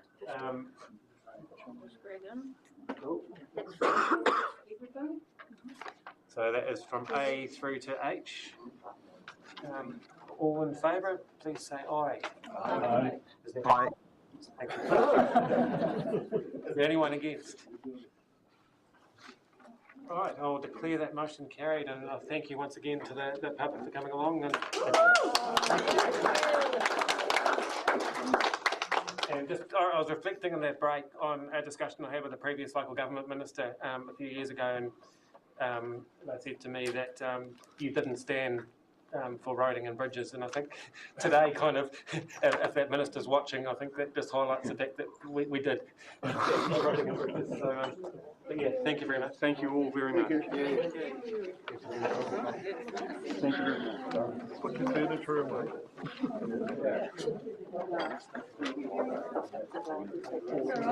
Enjoy the rest of your day.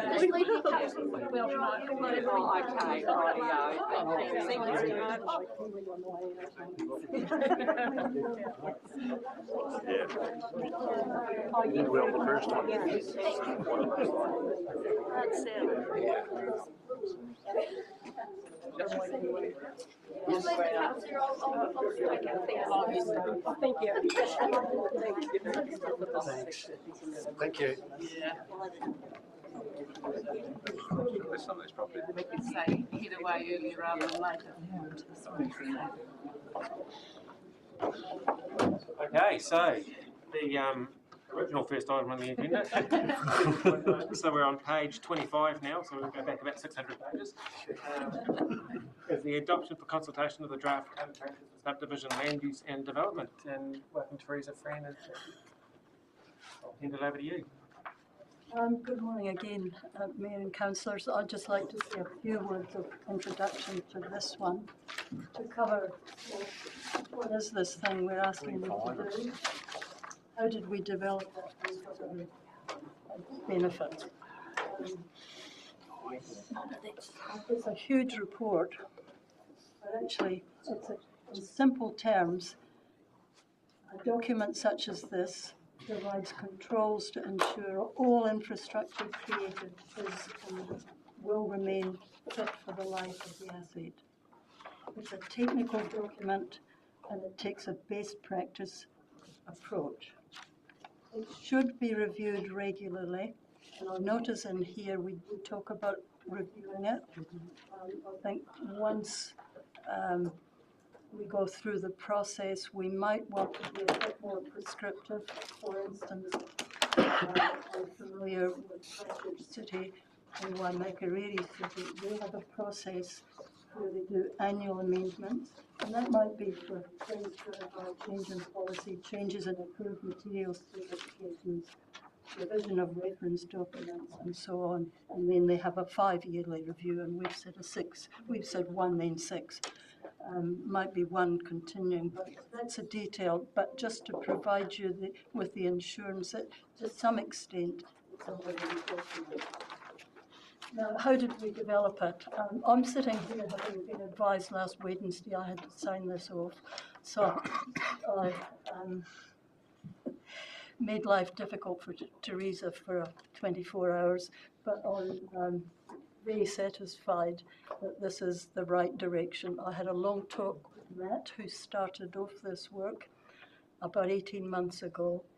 We got in the experts I would have gone to, and I can go back to having to rebuild a city and its environs, not just a city, and some rural zoning.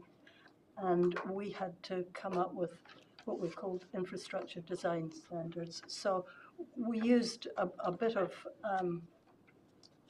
what was there, but also modified it, starting with SDC, and then IDC said, we'd like to come on board. So I think it's been an 18-month process. Yesterday, I know that ICC signed off. Now, what we're asking you to sign off is not the document as it is, but the document as it is to go out for public consultation. There's a bit in there about a plan change. Well, that's a word change in a plan, which gets terribly complicated to have to change. So don't be thinking of it as more than just replacing half a dozen words with another half a dozen, something like that. The advantages, somewhere here,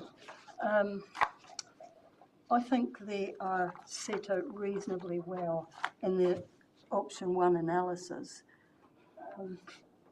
It'll streamline the application process, potentially reducing costs to developers and landowners. Because the costs of the following all the stuff we have do go to the landowners and ratepayers. So there's a potential there through streamlining. Both councils can combine resources, as they already have had. There's been a range of engineers and experts have put their heart and soul into this. I think a very important one, given the discussions Council has been having, is that we'll be easier to do business with through a system like this. And then the fourth point and the advantages is all about the flexibility I actually talked about at the beginning. It'll be easier to amend this on a regular basis than go through the bylaw process. It's really important. This is all about creating assets now and for the future that will stand the test of time and be done properly in the first place. So that's all I wanted to say. I'm going to hand over to Therese now. She's going to add anything she thinks she should, having done all the work of all this time, but mostly focus on some suggestions I think you put together that will clarify the actual resolutions. Thank you, Jane. So our in-house legal eye has suggested some changes to the resolutions. So I might have to wait for Fiona. Sorry, Fiona. Keep talking. Just prior, we're going to be a little bit naughty here, and I'm just going to go back to the previous discussion, but I just wanted to acknowledge Hartley for the way in which he handled. It's not easy sitting there facing surrounded by the table and the public gallery, but yeah, so thank you for the professionalism that you had there. And I'll hand back to you, sorry. Thank you. Just wanted to acknowledge that. I think while Fiona's getting it up, but I like to emphasise the working togetherness, because that's another one of the things that this council's been able to do, to collaborate. Done that successfully. That's right. The teams have worked very well together. So we had our base, we had our bylaw, and then Becca created a code for us, and then Cargill City Council came on board, and then the two technical teams from both councils got together and discussed and worked very well together and came up with some good work. So, yeah. Just a small point while Fiona's getting ready. I noticed in 1.3, Teresa, it says about we acknowledge, the two councils acknowledge and gracefully respect Ngāi Tahu ki Murihiku. I just wonder what that word gracefully adds to that. Yes. It sounds a bit royal family and patronising. Certainly Respect, the word respect. Yes, so they, Teo Marama came on board early with us, but because the technical teams needed to decide whether we could actually work together, they were given the code at a later date and didn't have enough time to go through it. So we haven't got full feedback from them, but we worked with them on what wording they would like in the first word, and that's what was provided. Thanks, mate. Just given the other neighbouring councils that we've got, because we sit in quite a big sort of patch, we've got Queenstown Lakes, Clutha and Gore as well. Has there been any sort of considerable appetite from those councils to jump on board as well, or is it just a timing thing with the ICC? It is nothing wider than Southland, but the council recently did a review of their bylaw in 2019 and not due for another 10 years. So that may catch in at a later date. And given the tight time frame.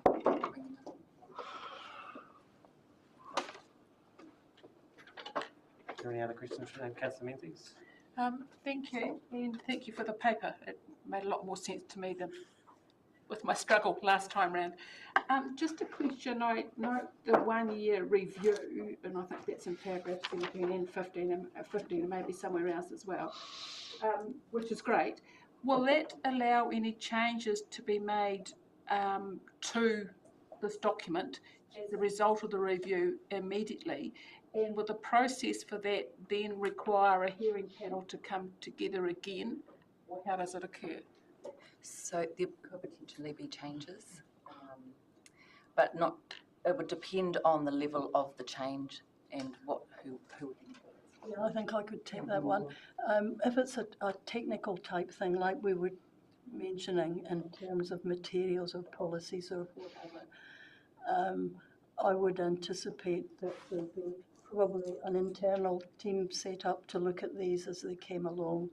But the 5 year or the 6 year review of the whole thing, that would, I think, require possibly a hearings panel. Not sure. Maybe that's something we can think about a little more, depending if council choose to support the recommendations. We've got a time period where there will be hearings going on. When we report back, we could include something about a proposed, more specific review mechanism, I think it is. That's right. It's just about that process, because I'm heartened by your comments that you've worked well together, and that would seem to form a good basis for that first year review, and that's going to continue. But we wouldn't want to wait 5 or 6 years for any changes that need to be made that are going to increase the efficiency of the whole process. A couple more questions from me as well. Just with that working together, are the GIS systems the same between the different organisations at the moment? And just with the definitions of rural in the context of Southland and rural and urban, like, are those definitions the same across because obviously if the Cargill doesn't have much, if at all, of a rural kind of base, so do those definitions line up with what we're going to be doing? Because they'd probably be quite a big indicator of flexibility required under the... I think there's different... Yeah, Marcus wanted to... Through you, Worship. Effectively, urban relates to where there's reticulation. So if there's a stormwater, water or wastewater service, that's deemed as urban. So the infrastructure and technical requirements around pipe sizes and how many connections you have on a manhole and those sorts of technical things relate to those services. So it's the presence or absence of those services as to whether it's urban or not. So we've got areas that we've designated as like semi-urban. Is that covered well enough in this to not be a barrier? There's sufficient flexibility in the code of practice around what infrastructure there is in the road reserve and how development connects and interfaces with that council service or not. So if there's no wastewater treatment like Athol, for example, then the solution is they need to provide for an on-site solution to dispose of wastewater. Through you, Worship. Thank you for your report. I had a discussion with Marcus this morning, and it was around on page 222 around landscaping and planting opportunities. And in here it talks about landscaping to be designed to respond to the overall environmental context such as vegetation and water bodies. The design shall be submitted to council in line with council's tree plan. Where does that leave the rural farmer that has their own wetlands, their own riverways, their own streams that do their own planting? And will we now, are they going to put another layer in there for us to think that we need to put a consent in? So you mean in regards to the tree plan? Yeah. So through you, Your Worship, in terms of sub. Do you want to come up, man? Do you want to come up to the front? In terms of your existing management practices, it doesn't have any impact at all because you're not doing a subdivision. This code applies to when somebody wants to develop a piece of land. So in terms of what you're doing at the moment, no issues. So another question then, Mark, what if I was to subdivide off a piece and build a house on a hill and under a separate title and on my property? In terms of that, it's only a single lot subdivision, so there's flexibility in here to allow for the size of the subdivisions. Yeah. Just add a little bit to that as well. So, for example, it's like in an urban environment where you're getting 6 to 10 lots being created. It creates a need for reserves, and if there's a vesting of land to be created as a reserve, then what sort of status does that land have, and the beautification and the trees and the mowing contracts, and that conversation is part of that development proposal, as opposed to saying that a farmer needs to beautify streams and that sort of thing. It's more of an urban development as a public space, and what sort of assets do we need, and planning management to have a long-term benefit without too much cost. And I guess to Jane's point, it's ensuring that we've got that long-term sort of planning around getting the right kind of infrastructure there at the start. Another question, thank you. Page 189, and you talk about an allotment will require a minimum of 20,000 litres shall be maintained at all times for static firefighting reserve within a 30,000 litre tank. How does that apply to the likes of one that presented this morning around forestry and the forestry that is occurring around Southland? So through you, Your Worship, that requirement comes through the New Zealand Code of Practice of firefighting supplies. So there is a couple of ways to address that. You can either have a community scheme where 6 or 7 houses are all clustered around one supply that's sufficient to manage it. Or the other way you can get around it is by having a sprinkler system inside a new build. So you only need 7,000 litres of firefighting supply, because the sprinkler system is like having a firefighter in each room if there is a fire in the house. So that is a New Zealand standard associated with firefighting management, so that if there is a fire, appliance shows up, there is a static reserve that isn't drawn down for domestic use that an appliance can hook into and start addressing the fire issue. But it certainly doesn't, that code of practice doesn't go wider to address wildfire concerns associated with forestry or fires and that sort of thing. It's purely around domestic residences. And likewise, if it's a commercial residence that doesn't have access to a fire hydrant or something like that, the volume of water and the chemical storage has a different factor around the different firefighting requirements associated with that static reserve. So I've got Councillor O'Brien and then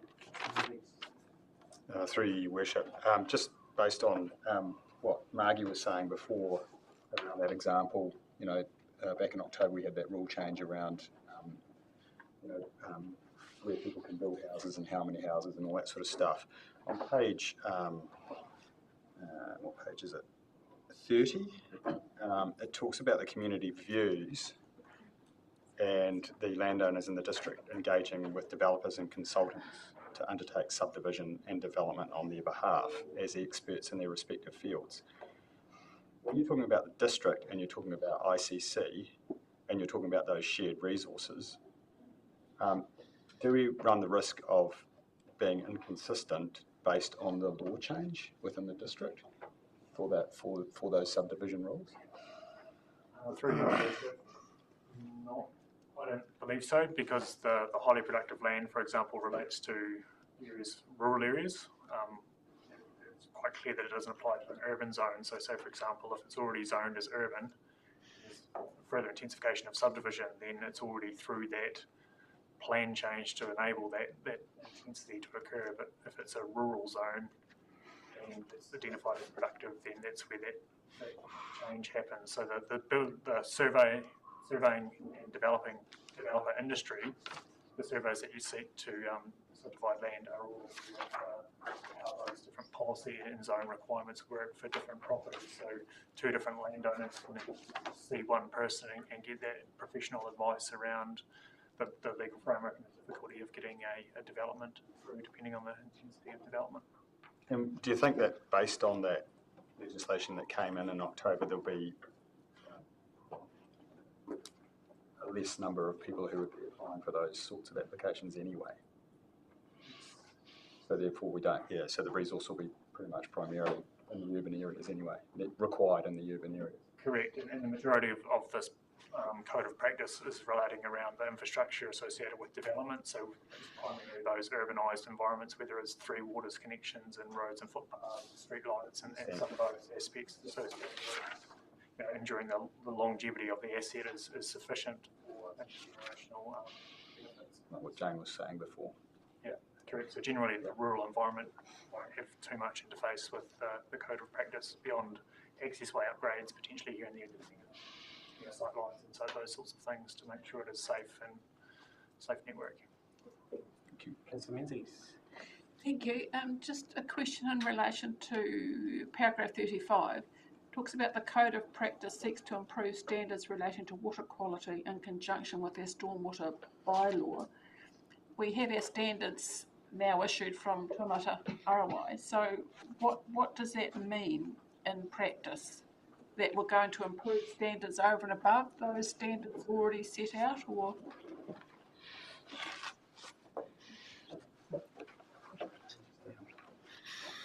I'm going to have to ask you to repeat that question. I'm sorry. It's just quite aware that you were asking a water-related question. In paragraph 35. Mm-hmm. So just what does that mean, given there are already set standards in place? Are we looking at increasing those over and above what's already been issued?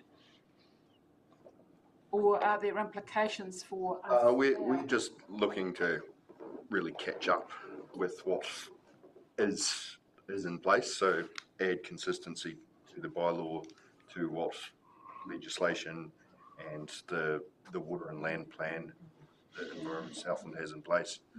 So we're not trying to exceed that, but we're trying to create consistency with those documents. So what are the implications in that for us? The implications are that if development was going to cause an impact to the water quality, we're trying to prevent that from happening. Well, they were already obliged to do that.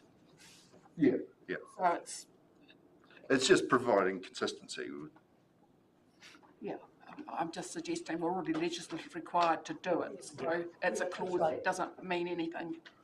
Yeah, it's not quite the right words, but it's not relevant because we're already obliged to do it. Correct. And through you, Your Worship, it's a situation where in the old days you used to put a stormwater pipe straight into a lake or a river and that was deemed acceptable, but now when future development and those sorts of things occur, then you try and put interceptors in place that capture sediment and hydrocarbons and some of those things that are on the road reserves, so that new infrastructure going in is going in at the current level of what's appropriate, as opposed to perpetuating a previous way that was seemed as the right thing to do, but now in hindsight isn't the right thing to do. So it's capturing that new stuff that we need to be aware of and bringing that new stuff that's going into the ground up to best practice at this current point in time. I'm sure we're meeting that. And secondly, just a question around, I haven't got the paragraph, just the minimum legal width for a private rights of way, and it's actually decreasing that from 5 metres to 3 metres for 1 to 3 properties. And, from to 4.5 for 4 to 6 properties. I'm conscious of huge vehicles that are now in place, but why would we reduce the width rather than leave it as it is? So through your worship, so what we found is, and again, it's more urban related, where you might have a dwelling at the front, then they want to subdivide off the back section. You've got an existing house, there's already limitations on site, and there's no opportunity really beyond, say, subdividing 2 or 3 lots to further subdivide to 20 or 30 lots. And it's for those scenarios, because you physically can't necessarily or achieve those widths. Legal width for a vehicle is 2.55 metres, so you should still be able to get through there. Just trying to find that right balance between, we're getting a lot of requests to say we can't physically meet it, we need to knock down the house or whatever the scenario is, but I'd like to create another lot at the back end. It's recognising those types of scenarios for those 1 or 2 lot subdivisions, and therefore being permissive to a certain extent to support that development, while not being too onerous on requiring the 5 metre type requirement that we had in there previously. So as your subdivision grows, yes, you do need to comply with wider widths to accommodate two-way vehicle flow, etc. So is this in the developer's interest or in the person using the right of way who, like myself, would prefer the extra width? And again, what implications does it have for SDC? So for ourselves, very minimal, but I suppose that's where we're trying to balance off Winton, if I may. We know we already got pressure in terms of available land for development, suitable land for development of housing. So if we make it even more difficult for where there's opportunity, how does that balance in with the community well-being and trying to be accommodating to those? So just trying to find a fit-for-purpose balance. I suppose that's one of the things that has changed. We've looked at ICC and they had more differentiation. We were quite broad in terms of want to this is what you need. With that, a bit more differentiation down at that lower end of the development, trying to recognise some of those constraints. I'd like to encourage the developers to make it wider where they can. Yeah, but I believe that like in places like Ojai and even on the island or Nightcaps, you've got long, narrow sections. The back half of the section is probably well and truly underutilised, but there's not undue width between the house that's already on the site and the boundary of the site. So if you bring it down to the type of figure, like 3 metres, then they can subdivide and put a home in the back. Just to add a little further to that, if the requirement is 5 metres, which it is at the moment, reducing it down or wanting to reduce it down to, even if they had 4.5 metres, couldn't quite make the 5 metres, they'd require a resource consent. Our team would go out and have a look and make sure that that was fine, and so it's sort of, would still probably get approved, but it'd have to go through a resource consenting process, which I think is, so this is to help make that a little bit more efficient. Councillor Baker, right? Thank you, Your Worship. And between you and Christine, you've probably covered most of my questions about how are we going to manage the differences. But I wonder the same question that Christine was asking about 4.5 metres. Have we followed, are there some other councils following suit that have made us go the same way? Because the resource consents that you're talking of, builders coming and taking, whose interest are these in? I come back to the same question there. I have looked at the replies of the people who came along to these workshops. The engagement happened with builders. It almost seems to me that we are making builders or larger property developers' lives easier. But is this sort of requirement of bringing this down, is this part of your intensification, or have other councils been doing this? Or have we just... Yeah, quite easily, I could say a lot of councils have a requirement that is in that 3 metre corridor like width for a 1 lot subdivision in an urban area. That's quite standard, and that would be become a permitted activity in this case. If it doesn't meet the 5 metres permitted. So yes, that's quite typical of most councils, and it depends on the number of houses that are at the back. So say in an Auckland situation, if you've got more than 10 developments down the width would then be a 5 metre width, 5 metres, and you'd have two-way traffic, because obviously there's a lot of vehicles going to be using that.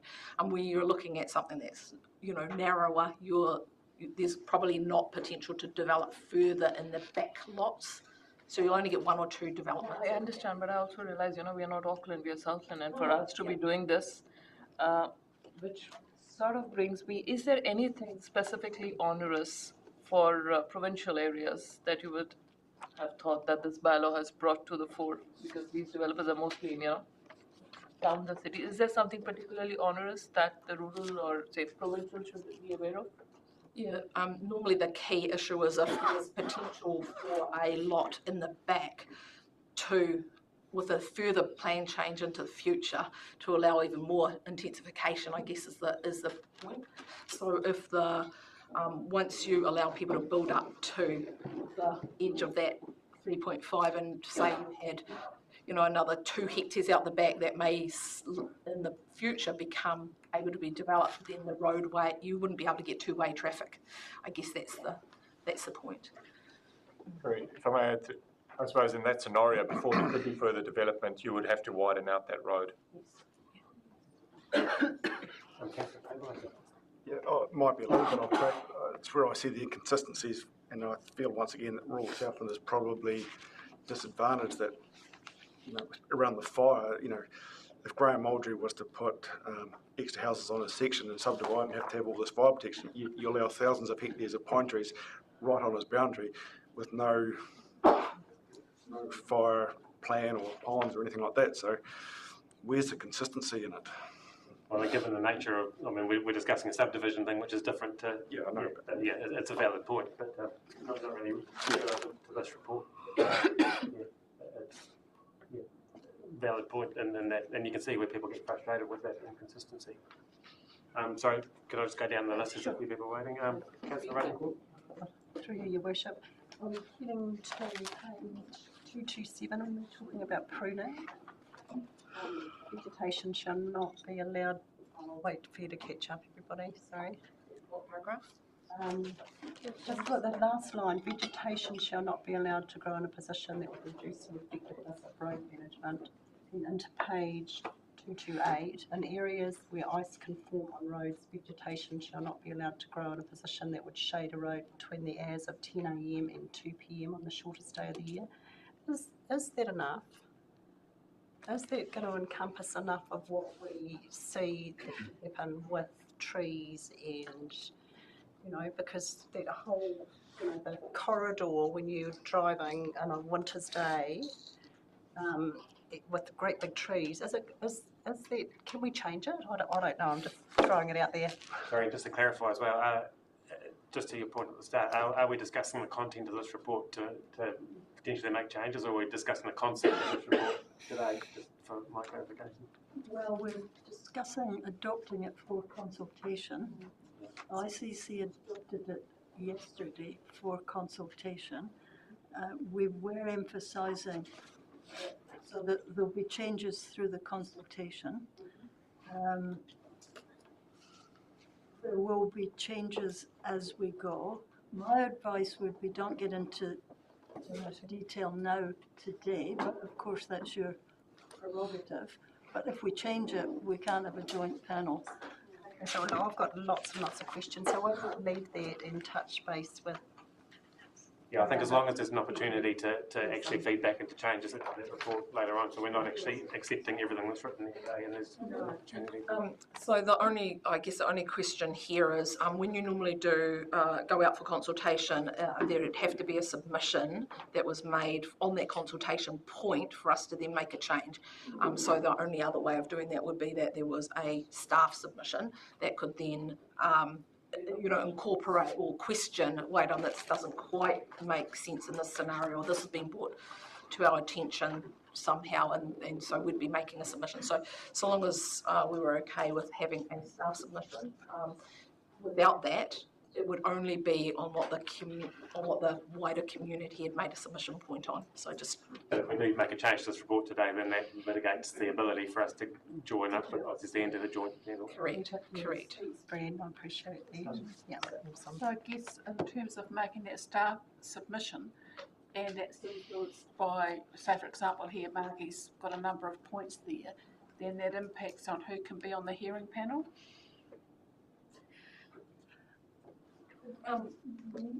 Just because somebody has questions and wants to raise, has a question, doesn't necessarily mean, that that would stop them from being part of that process. If, however, they made a formal submission on the in the process, they would not be able to be part of. They'd be prejudiced from the conflict. And that's right. Correct.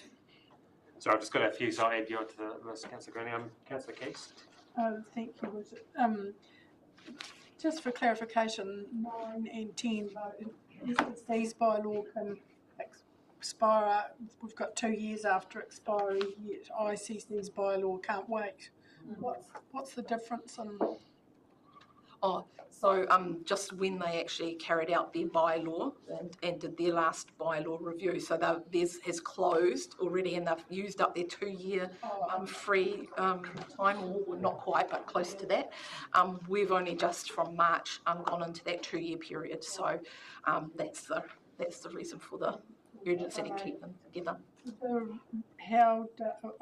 I see that this, with the law change, or the national policy statement on the land use change that came into play for highly productive land, that we do have a land availability issue for subdivision, so these become more and more important, the ability to subdivide the sections. Does it take into consideration enough our rural residential zoning? Because I don't see that mentioned in the definitions in that anywhere. And some of those will be impacted because they will have services like a wastewater, for example, Good Road. Yeah. Through your worship, I can answer that one. Effectively, the district plan is the place to have a look at that zoning, the intensity, and how we look at what populations need growth and where do we need to change, and where is our vulnerability in terms of riverine inundation or coastal inundation, and how do we manage some of those bigger long-term impacts associated with where we should be enabling, facilitating, and directing growth, and what shape and form that growth looks like. So this is more purely just a technical, how do we connect it to the services, as opposed to should we be rezoning or enabling further growth and development in these communities? So it wouldn't necessarily apply to anything. I'm just concerned that if someone was wanting to subdivide a section in the rural residential areas, does this document cover that? Through your worship, it does, in the extent that it interfaces with council services. So in this instance, it's purely the eroding connection if there's only road access available.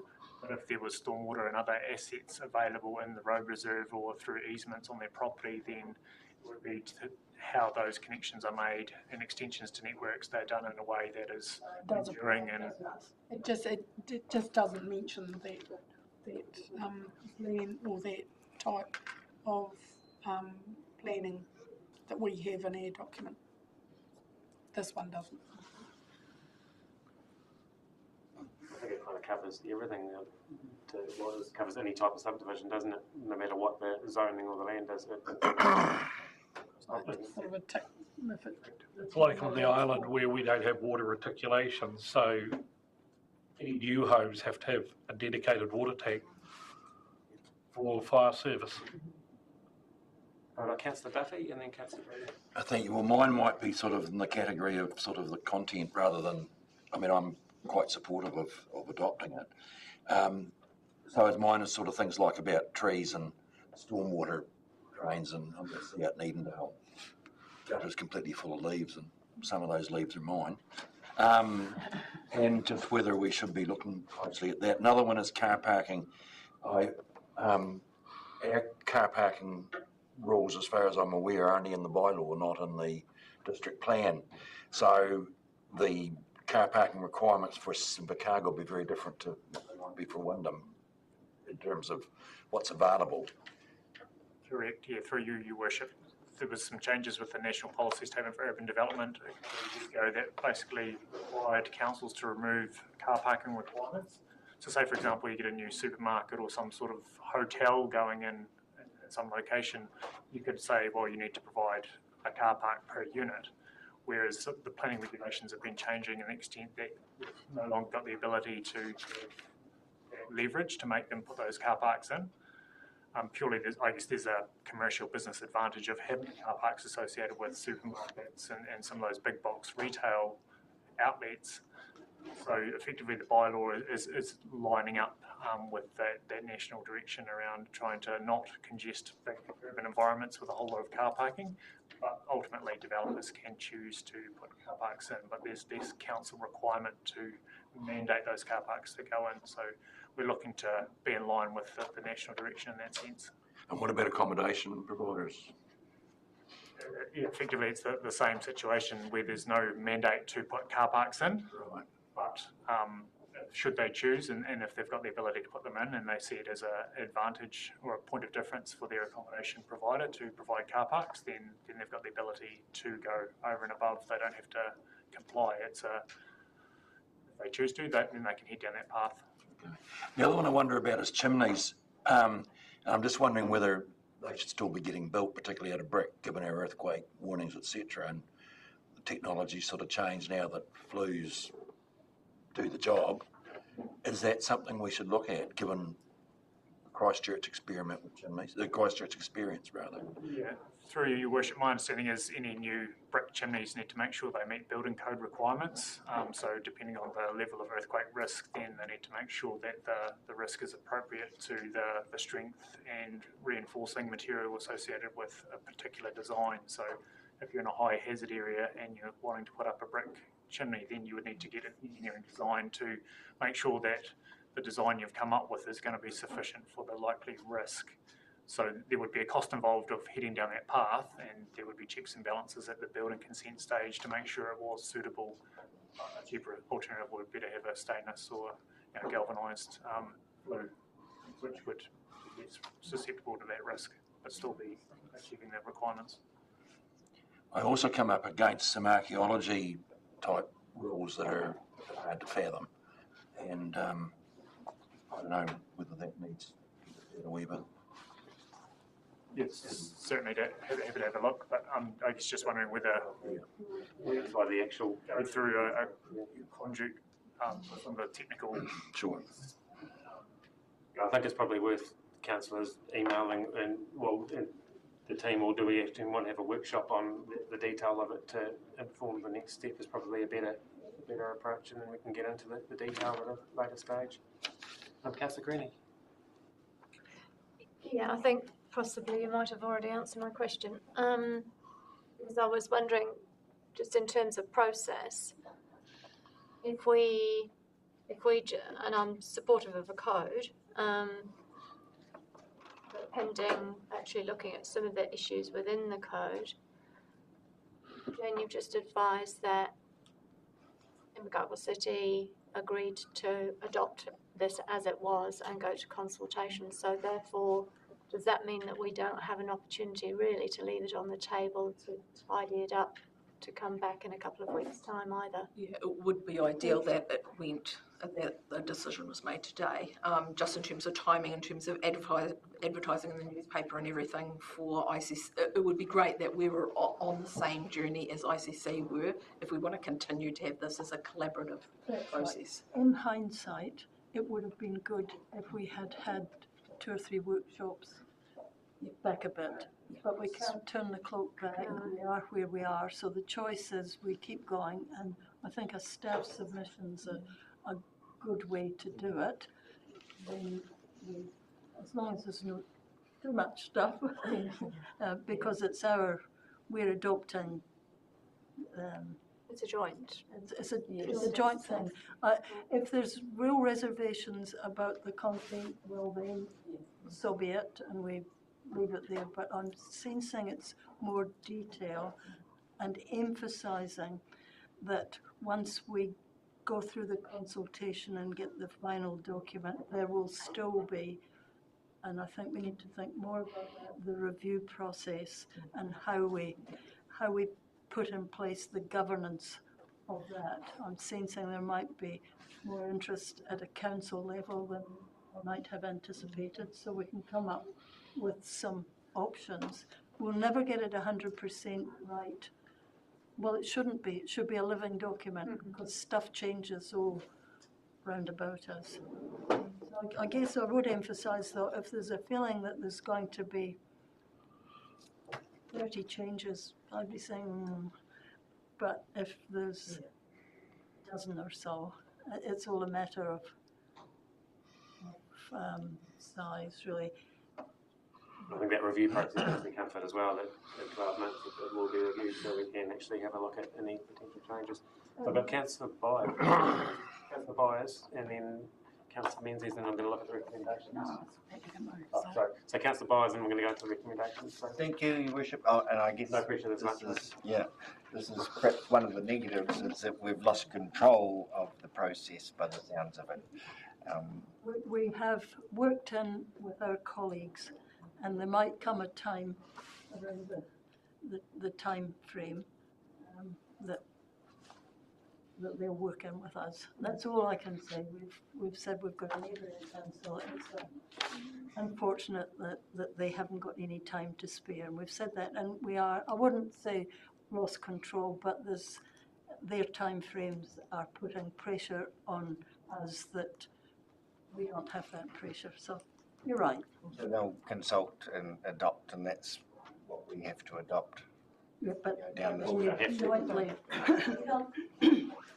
My question was, if in this report, in page 111, for example, if you want to, a developer wants an exception to the rules, then they approach ICC for the exception. But is that just a misprint? Should that be SDC? Might be a misprint because they should be talking to whichever council. Respective council, they do. Oh, well, okay, so those will be. Yeah. No, it's not controlled by ICC in that we're controlling our own destiny. The time frame is being compressed because of ICC, but not the content. So, Councillor Menzies, you're in a position to move. Yeah, we need to. So, yeah, recommendation I was we need 3 councillors as an alternate. So there's a new G, H and I. Good. And I need 3 councillors and an alternate. So we need to decide that today? Yep. So I spoke to Councillor Fraser over the weekend just to see if he was interested, given that he's not here, and he said he would be happy to go on if there was an appetite. So just putting that out there. Are there any other councillors that have? I remove myself from the opportunity because I feel as property myself. So I remove myself from selection. Are there any other councillors with an appetite to? The question, do these councillors need to be commissioners or not? No. Would you like to? Oh, like is a big word, but I would if. So it's Fraser and Duffy. We need a third and a potential fourth. I'm going to look at someone, Councillor Ravenclaw. Given Councillor Menzies' comment before, are you comfortable enough that there's not going to be a comment? Councillor Keith. Councillor Keith. Okay, so Councillors Fraser, Duffy and Ravenclaw are the main 3. Councillor Keith is the alternate, or does somebody else want to be the alternate? Everyone happy with that? No one's rushing into. I'm not here, so. So. I'm overseas. Do you have to move that with that amendment? Do we have a second? All in favour? Aye. Anyone against? That is carried. So thank you very much. Another robust discussion in your board. So thank you to the staff, and now everyone break for lunch. Right. Ask. I couldn't speak that up. We've already, any further work on this, would it be done in-house or are we going back to Becca? I'm just cognizant of the fact that the morning discussion, we've already paid 67,000 plus GST for this document and we were told there's not many changes. So any further work is in-house, no more outside expenditure? No. Thank you. Sorry, did I miss you for this? No. Yes, you did, that's all right.